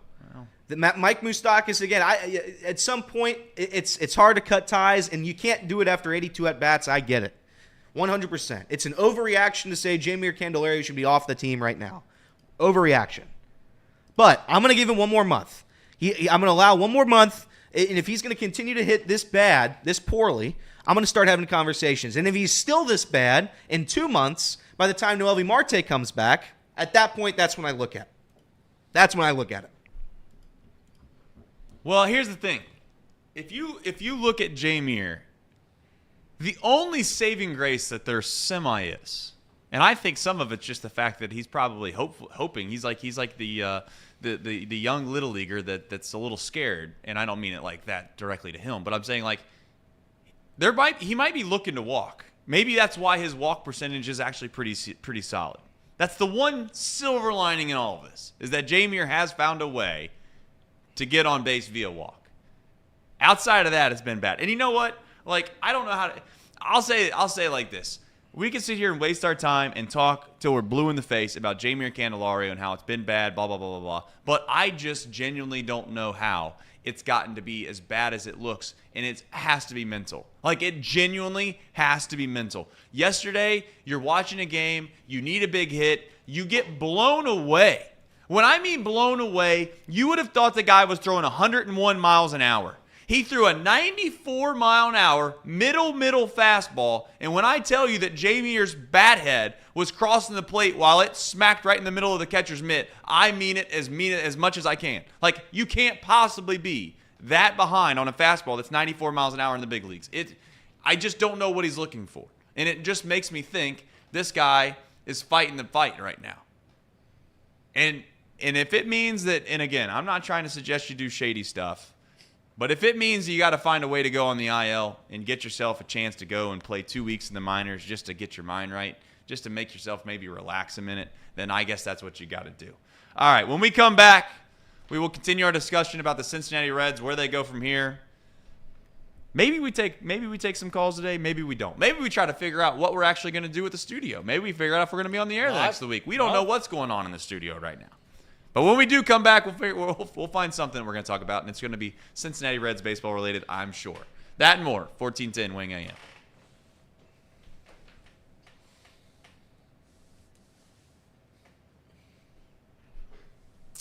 My favorite thing when we come back into these segments now, at being the rookies that we are on the radio, is how many segments do we have left? We have 2 segments left. 2 segments left. So we got 1 segment after this one. Correct. So now the question ultimately becomes is we've kind of worn out the horse here that is Jeimer Candelario, right? Well, that's fine, but I was going to talk about some positives. I talked about the negatives. I wanted to talk about the positives. You want to be Mr. Positive? I want to be Mr. Positive for a second. This is a new thing. I want to be Mr. Positive for a second. I know everybody knows this. I freak out over the little things. After a month of baseball, I'm saying half the team's bad. That's just how I am. That's how my brain works. I'm very sorry if you can't understand that. Here's the good news. The pitching staff is doing their damnedest to keep the Reds in every single baseball game. That's a fact. You might say that there were a lot of I know Reed said on a team filled with question marks. There's not a lot of whatever Reed's saying was. You love that. I did like that. That was very clever. There was a lot of question marks coming in with this pitching staff, with this starting rotation. Those that have started for the Reds, outside of a couple struggling games for Nick Martinez, they've been damn good, man. Hunter Green has a 3.6 ERA. He's struck out 42 batters. Andrew Abbott has a 3.2 ERA. Graham Ashcraft a 4.4 ERA, and I'd argue Graham Ashcraft's 4.4 ERA is a result of at times staying in maybe a little bit too long because trying to give the bullpen some needed rest, and some of those runs come in towards his last inning. The bullpen's been phenomenal. I question whether or not this bullpen could be just as good as they were last year. Up until now, they have. They do have a little bit of a walking problem. Every time Lucas Sims comes in, I get a little bit nervous. Sometimes Fernando Cruz looks a little bit off, but Fernando Cruz, a 1.7 ERA. He's a pseudo closer. If Alexis Diaz isn't able to close, I trust Fernando to close the door. I do. And this is without Ian Jabot. Ian Jabot, my guy, still not back. Our primary innings eater last season has not made it to the club yet. Brent Suter's been phenomenal. Absolutely phenomenal. Nick Martinez in relief has been phenomenal. These guys are able to go 3-4 innings in relief. So I will say this. For how poorly the offense has played, this pitching staff has been dynamite. Dynamite. How many bad pitchers really are there? Justin Wilson doesn't pitch a ton, so maybe he's the worst pitcher on the staff right now. Him or Buck Farmer. One of those two guys. It's hard to say that they're the worst. I don't think there is one. I think that's like looking at this is a little maybe a little bit of a stretch, but I think it's like looking at an all-star team and trying to find a bad player. I don't think there's a bad player. I don't think there's a bad pitcher on the staff. There. And I know Buck Farmer, I've given him a lot of heat, but I mean he's throwing the ball pretty damn well. So you can't sit here and suggest that Buck Farmer's you got to go off what you see. You got to go off what you see. Doesn't matter, where you came from, where you were drafted, how much money you're making. At the end of it all, what do you do on the field? That's all that really matters. Which is why the Jeimer thing sometimes, let's face it, if he didn't get paid as much as he got paid, there's zero chance right now he's playing. Zero chance. But zero chance he's playing. There's zero chance he's on the team. I think it's fair. Jeimer Candelario, if he wasn't given that contract, if we just had him on our team, he would be gone. He's been better than no. I bet Will Myers has been better than him last year than Jeimer's been. I bet I'll look that up. There's no doubt in my mind. Will Myers last year for the first month whatever, just call it the stint that he was with the Reds. When he got cut, he was right around the same, if not better. You ready? Yeah. Will Please. Myers in 37 games had 127 at bats. He batted 189 with a 257 on base percentage and a 283 slugging percentage. Jeimer in 23 games is batting 159, 263, and a 317. So he's a little more pop. A little more pop. A little more pop. Getting on base slightly better, but yeah. It's bad. It's bad. This is a situation. I mean, this is again. Shout out to Mascot. Mascot wanted me to say it. The Reds. This is the what is we say the first time they've gotten to 15 wins this early into a year. So shout out to Mascot. Shout out to the Cincinnati Reds. But if you hope to be competitive, especially during this stretch when you're facing gauntlet after gauntlet, I'd like some of my players to hit better than 159. I'd like a little bit better. I'd like a little bit better, and I'm going to complain about it. Statistically, he's a little. I mean, you guys watch obviously more, but statistically, he's doing better than CES, though, right? I mean, his on base percentage is 50 points higher. He's slugging slightly better. Yeah. Yeah. I think it's mostly it's a CES perception more, thing. I do think perception's reality for some of this fan base. And listen, I can't defend Jeimer in the way he looks. At least CES looks semi-competitive from time to time. Like Jeimer just looks like a lost puppy. I mean I mean that with all due respect. And I hope Jeimer figures it out because we need Jeimer. But we're going to spend another 15-minute segment talking about how bad Jeimer is. And I mean, that's fine because he's been that bad. They think the thing about CES is that he doesn't walk. He doesn't get on base. Yeah, 3 walks. So I can't defend it. And 110 at bats. Yeah, you can't defend that. So at some point these guys at bats have to improve. I think Will Benson right now is the strikeout leader on the team. I think he's got 42 strikeouts, and Candelario isn't far away from that, playing 4 less games than him. And it's just they don't look great. They don't look comfortable up there. Nick Martini again. I don't mean to cherry pick and punch down. Bad at bats, and he's bad defensively too. Horrible defensively. Bubba Thompson isn't a Major League Baseball player, and there's nobody on earth that can tell me otherwise. The only thing he's hitting 100. Can I try to defend him a little bit? He's hitting 100. He's not supposed to hit, and I get what you're saying. Like listen, should he be on the roster? Maybe not. But we knew. Here's the thing this is where I give some guys some grace. We knew going into the season, Bubba Thompson was just not going to be a hitter. We knew inevitably we're not going to rely on him to be that guy. He comes in, he can steal a base, and he did it last night. He did it yesterday, whatever. I know they didn't play at night, but he did it yesterday, right? For all intents and purposes, the whole entire stadium knew that he was stealing. They pitch out. They purposely pitch out. They threw a perfect ball to second base, and yes, they called him out on the field. They reviewed it. They overturned it. He was safe. That's a huge weapon if you're going to play tight, meaningful baseball games, and you can hide a guy on the bench, and you don't need to rely on the 26th man every single day. That's what he's for. But again, you have to have more production out of the guys, in which we all know who they are, and the question ultimately comes down to: is this who they actually are, or is this just a bad little blip? Because if it's just a bad little blip, then we'll bear through it. And you know what? This team's going to get red hot over a course of a month because all of these guys at some point have to start hitting the baseball. If they are who we think they are and they're decent players, we'll have a pretty good month. The only caveat to that is what you mentioned about the bullpen. There's some regression about to come for the bullpen at some point here. I'm not rooting for it. I'm certainly not hoping for it, but it's a reality. This bullpen seems like every night they come in and they shut the door down, no matter if they get the ball in the second inning or if they get the ball in the 8th inning. If that falls apart, or let's just say it doesn't fall apart, if that decides it's going to, maybe not be as ridiculous as it has been. I think yesterday Nick Kirby said that they were 4th in the National League in bullpen. So, and maybe they are. Maybe they're one of the best bullpens in the National League. And if that's the case, then then we have a very good team. We have a team that can compete for the rest of the year. And I also get it. I see people in the chat. I've seen Everett saying, 1-2 against the Rangers isn't competitive. Yeah, I mean, I understand. They had 2 one-run games as well. But what's most disappointing is this just doesn't seem sustainable.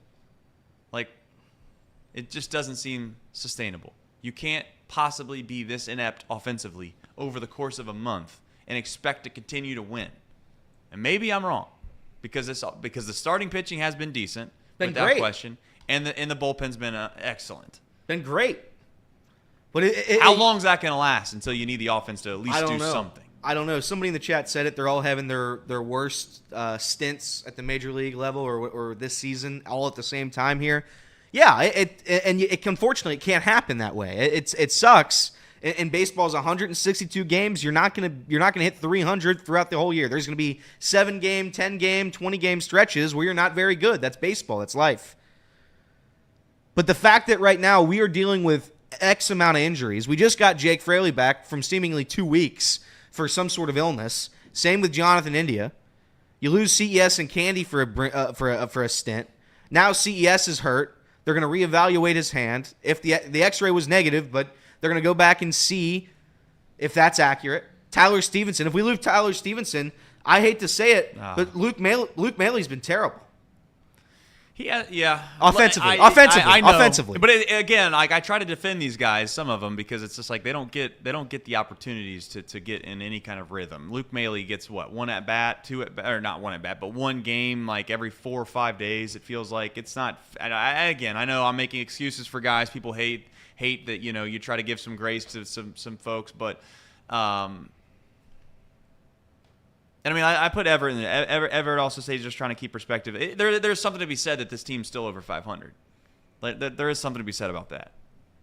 So if you are miserable and you're only going to score, call it whatever, 1 run, then I guess the next game you come out, you find a way to score 8 runs and you win. It all works itself out. My only concern is that going to continue? Or are you going to find yourself in a week-long strut where you don't score more than, 3 runs? That's another statistic, which I know I'm not a big stats guy, but how many times have the Reds scored over 3 runs in the past, I don't know. I'll look it up. 10 games? Doesn't feel like a lot. Feels like they're always surviving and advancing, and then they have a breakout game, every so often, and they find a way to win when they do score 7 or 8 runs. And Ellie De La Cruz has been amazing, so there's that. Ellie De La Cruz has been great. He's been amazing. When you can consistently score on that play, where there's a guy on first, guy on third, 2 outs, and then the first base guy steals it and probably slows down. They throw down to second, so Ellie's at third and he can score. Yeah. The little league play, that play's undefeated, and that's all because of his speed. I can't believe it keeps working either. It works every time. To answer your question, the Reds have scored more than 3 runs 5 out of the last 10 games. All right. 8 runs, 7 runs, 8 runs, 7. 2 shutouts in that span as well. So essentially, they either score 8 or 7 runs, or they score next to nothing. Yeah, the other 5 games are 3 runs, 1 run, 0 runs, 0 runs, 3 runs. All right. Feast or famine, baby. So much for that. The Padres you can beat the Padres. You can beat the San Diego Padres. I firmly agree. believe this that. is a series. Padres are good. I've been doing this. I've been trying to put these short little stints. I think this is a series the Reds need to win. They need to win this series, because if they can't win this series, you start to ask yourself, what series are they going to win? Now, I know baseball is baseball. It can happen. You could sweep the Dodgers, and the next thing you know, you get swept by the Rockies, per se. But I get that. But my point is that I do think that the pitching matchups, you miss Dylan Cease. You don't have to face him this weekend, or by weekend, I mean this week. And you also have Ashcraft going, and you have Lodolo going. Those are 2. I like those 2 arms. So find a way to win. Get yourself back into a spot where, again, you're surviving and advancing until maybe you can get some cavalry back. All right, we're gonna wrap up the show here with just some random sports talk. Who knows where we go? We don't even know if we're gonna do a show tomorrow. We'll find out. Hopefully by tomorrow. We'll be back. 14:10 Wing AM.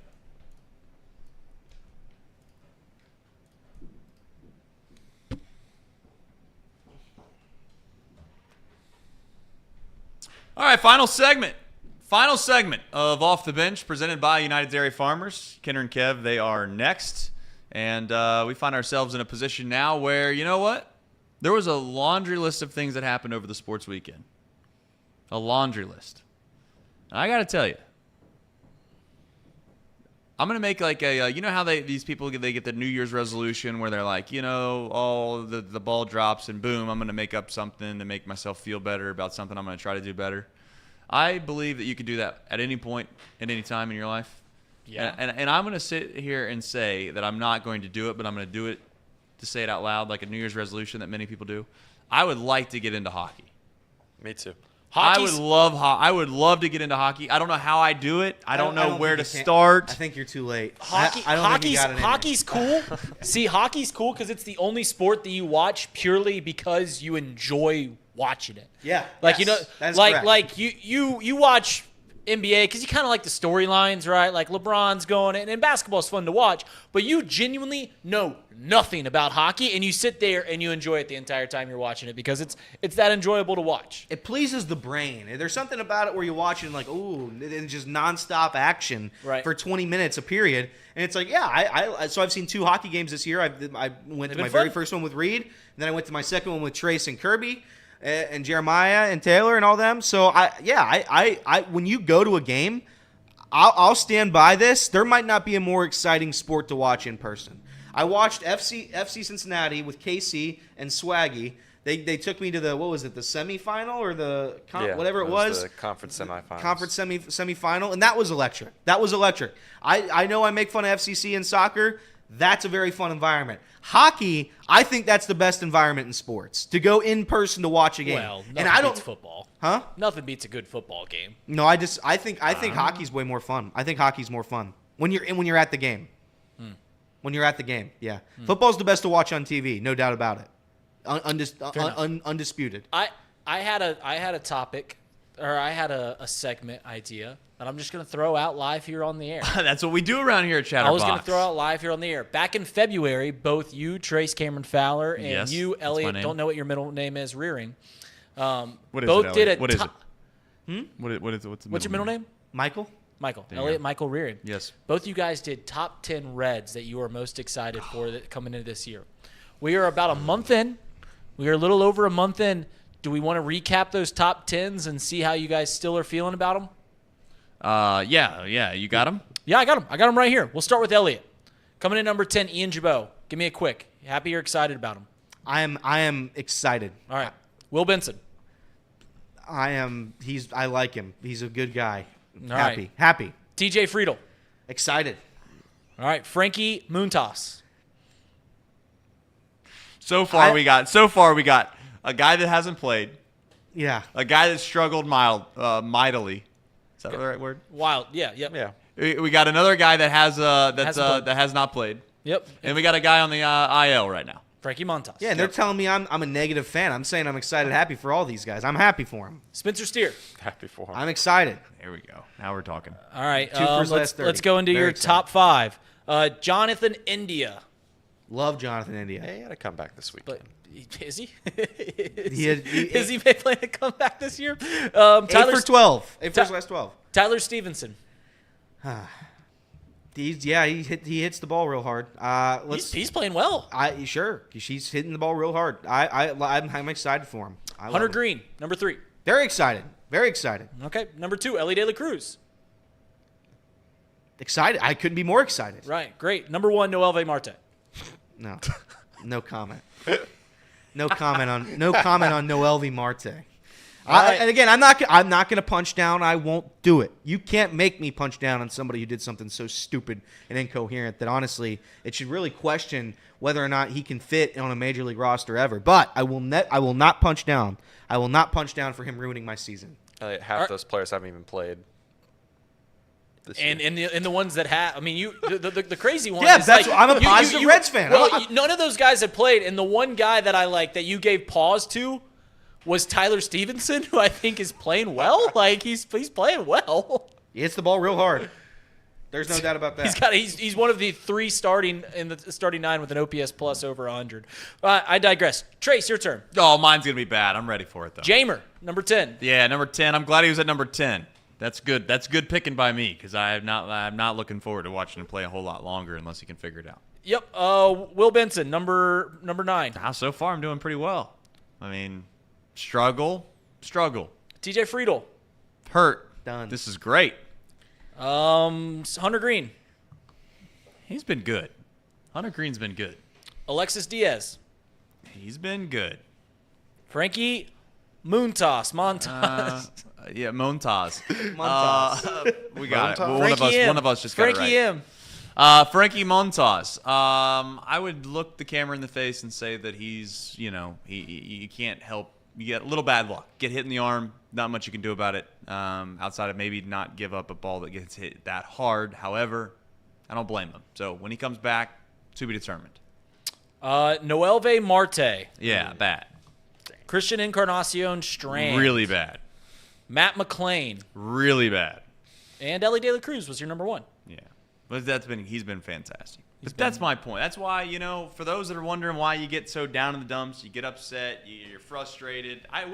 You only get so many of these in your life, right? I mean, that's the thing. And I always bring, I know I don't want to, you guys make fun of me for bringing morbid things into the show from time to time, but in all sincerity, you don't get forever here, You only get so many years to watch opening day. That's right. You ever think about how many opening days you have left in your lifetime? Man.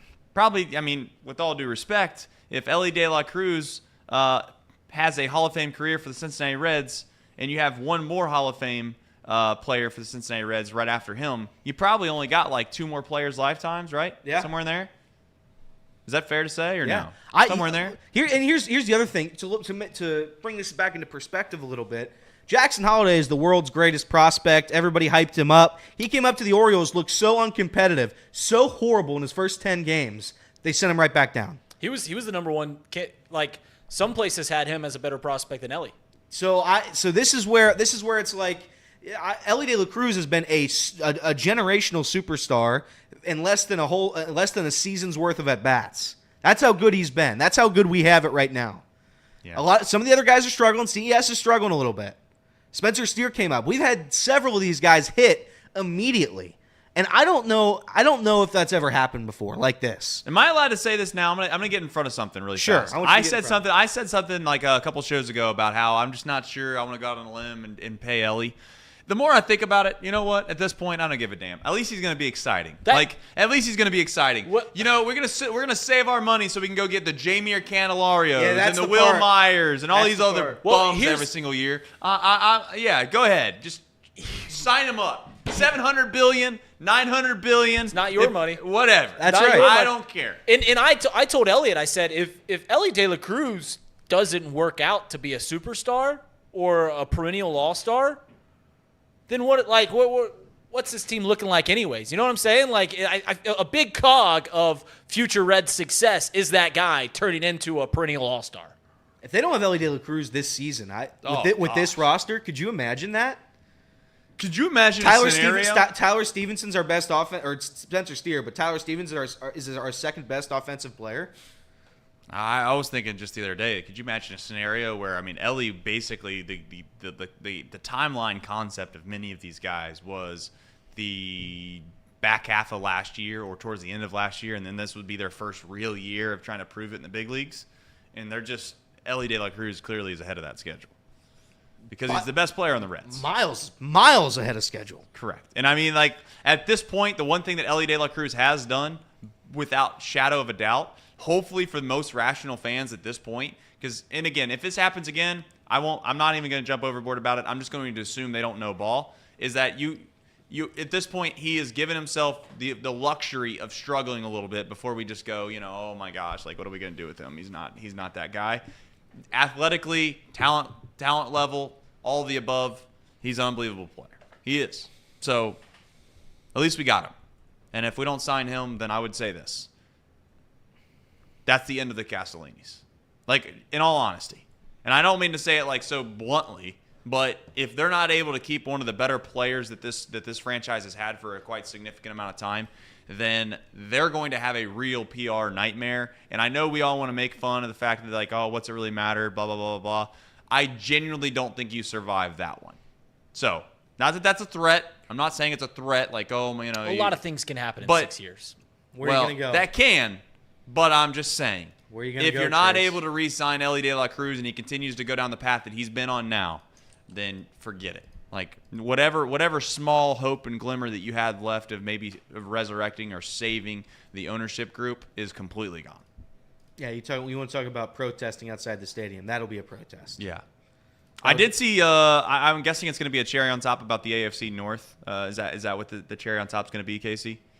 That's a question. I do have a. Are we talking about the Micah Parsons one? Yes. Yes, I just sent that to Casey. So that's the cherry on top? Yes. Let's do the cherry on top now then. Presented by who? It's presented by United Dairy Farmers. I think we could probably round out the show talking about this because this is a pretty United funny Dairy segment. Farmers. Farmers. They're all united.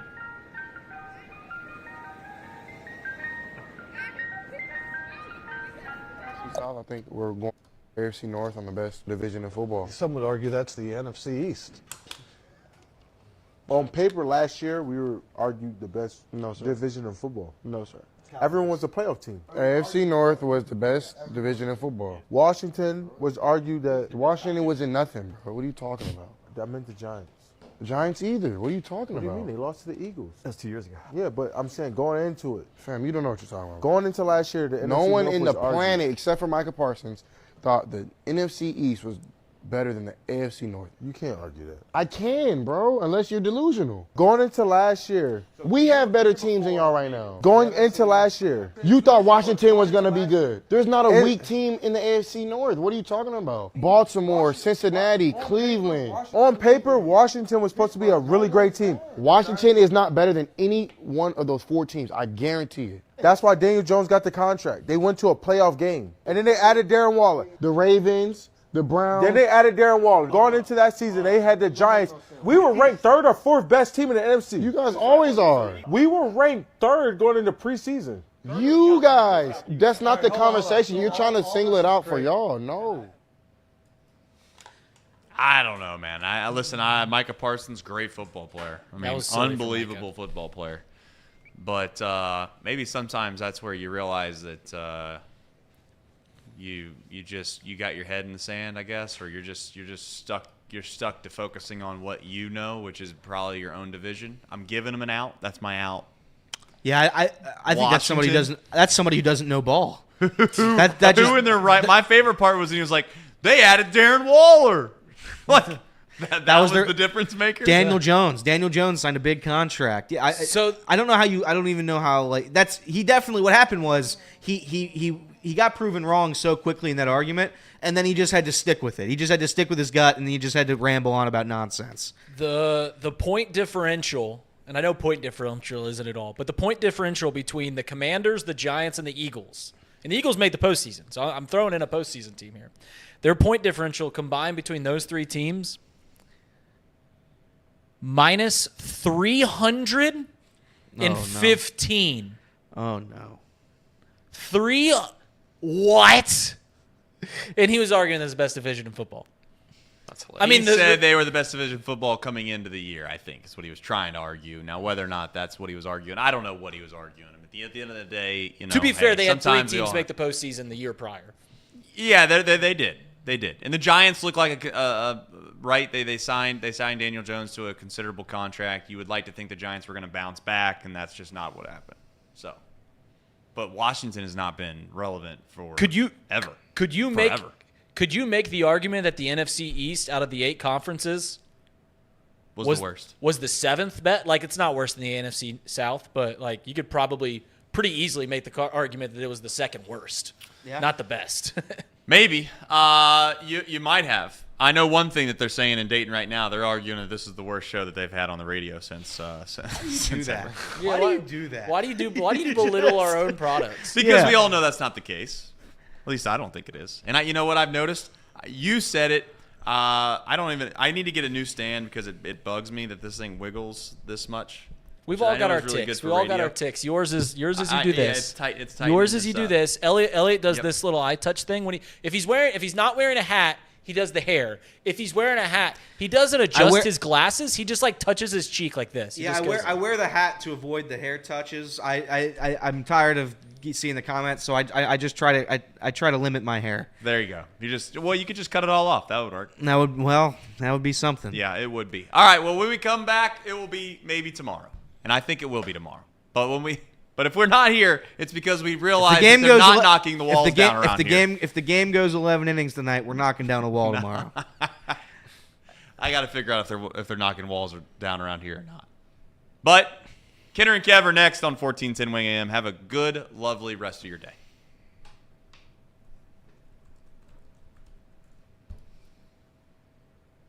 All right, rounding out the show. What do we have? We have box lunch today? We have box lunch today, yeah. Box lunch today. Yeah. Members only.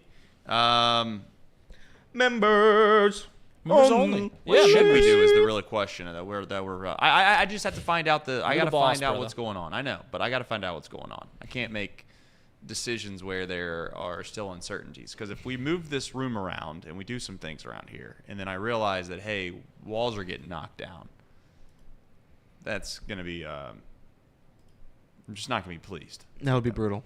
Yeah, so some are saying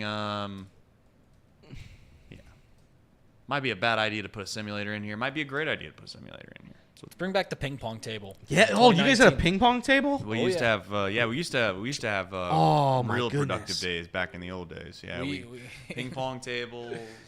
What else did we do? We had a little basketball hoop still, but The amount of work yeah. that personally I did Oh, here we go. in 2019 compared to today is wild. The juxtaposition. There was a lot of ping pong being played that first year in the Chatterbox offices. A lot of ping pong. How many hours per day would you spend playing ping pong? An hour and a half. Yeah, I mean it was a good portion of the day. Yeah. Got to bring that back. Some would suggest that those days were the glory days, because we still revenue-wise did around the same. Me and Sean had, I say that as in like what I actually take home personally. And not only that, but me and Sean, I believe we had 2 televisions in there. We had Xboxes. It was just basically a frat house with a couple computers. I like First time I met with you guys, Sean played PUBG the entire meeting. I didn't know who Sean was.